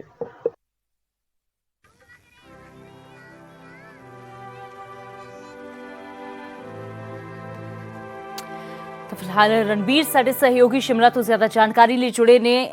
तो रणबीर, लगातार बड़ी हस्तियों का, दिग्गजों का अंतिम दर्शनों के लिए आने का सिलसिला भी जारी है। फिलहाल क्या कुछ अपडेट है, आगे क्या कहा जा रहा है परिवार की ओर से? जी हाँ, देखिए, जिस तरह से देश के अलग अलग हिस्से से जो है शोक संदेश आ रहे हैं, बड़ी बड़ी हस्तियां प्रधानमंत्री से लेकर जो विपक्ष के जो बड़े नेता हैं राहुल गांधी हैं, उनकी तरफ से जो शोक संदेश दिया गया है, उसी तरह यहाँ पर भी पूरा माहौल जो है पूरी तरह से गमगीन है। पूरे जो है हिमाचल में जो है शोक की लहर दौड़ गई है। यहाँ पर मुख्यमंत्री ने ये भी कहा कि जैसे कि इनके निधन के साथ ही ये घोषणा राज्य सरकार ने कर दी थी कि प्रदेश में 3 दिन का जो है राजकीय शोक घोषित किया गया था, और आज पूरे प्रदेश में जो है अवकाश घोषित किया गया। यहाँ से ये जानकारी निकल कर आई है कि आज का दिन जो है यहीं पर इन्हें रखा जाएगा, जो इनका यहाँ पर निवास स्थान है हॉली लॉज, और कल जो है रिज मैदान पर जो है लोगों को, आम जनता के दर्शनों के लिए रखा जाएगा। उसके बाद जो पार्टी कार्यालय है कांग्रेस का जो मुख्यालय है वहां पर दर्शनों के लिए रखा जाएगा, और दोपहर बाद जहाँ जो इनका पैतृक स्थान है रामपुर, वहां के लिए जो है यहाँ से इनकी पार्थिव देह जो है रामपुर ले जाई जाएगी, और जगह जगह जो है लोग जो है दर्शनों के लिए इंतजार कर रहे होंगे, और जगह जगह भी जो है पार्थिव देह रोकी जाएगी, लोग दर्शन करेंगे। और परसों रामपुर में जो इनका पैतृक स्थान है वहां पर इनका जो है पूरी रीति रिवाजों के साथ जो है अंतिम संस्कार किया जाएगा। और जिस तरह से ये वो शहर रियासत के राजा रहे हैं, तो जो राज परिवार की एक जो है रस्में रहती हैं, उनका निर्वहन किया जाएगा। ये जानकारी जो है निकल कर आई है। मुख्यमंत्री से हमने अभी थोड़ी देर पहले बात भी की थी। मुख्यमंत्री ने ये कहा कि परिवार के लोगों से बात हुई है, वो अगर संभव हुआ तो अंतिम संस्कार में मुख्यमंत्री भी शामिल होंगे। जी रणबीर, शुक्रिया फिलहाल इस तमाम जानकारी के लिए। जिवें रणबीर ने दस्सिया कि हो सकता है कि जो संस्कार परसों किया जाना तो मुख्यमंत्री जयराम ठाकुर उत्थे संस्कार दे वेले भी शामिल होण, जो हुण तो थोड़ी देर पहला ही हॉली लॉज जो उन्हां दा निवास स्थान है वीरभद्र सिंह दा, जिथे उन्हां दी मृतक देह रखी गई है, उसके दर्शन करके गए ने। ते 3 दिन दे सरकारी सोग दा ऐलान हिमाचल दे विच कर दिता गया है। ते वीरभद्र सिंह दी जो मृतक देह है अज पूरा दिन उन्हां दे घर रखी जाएगी, कल पार्टी दफ्तर दे विच रखी जाएगी, रिज मैदान ते रखी जाएगी, ते उस तो बाद परसों उन्हां दे जद्दी पिंड रामपुर दे विच अंतिम संस्कार उन्हां दा कीता जाएगा।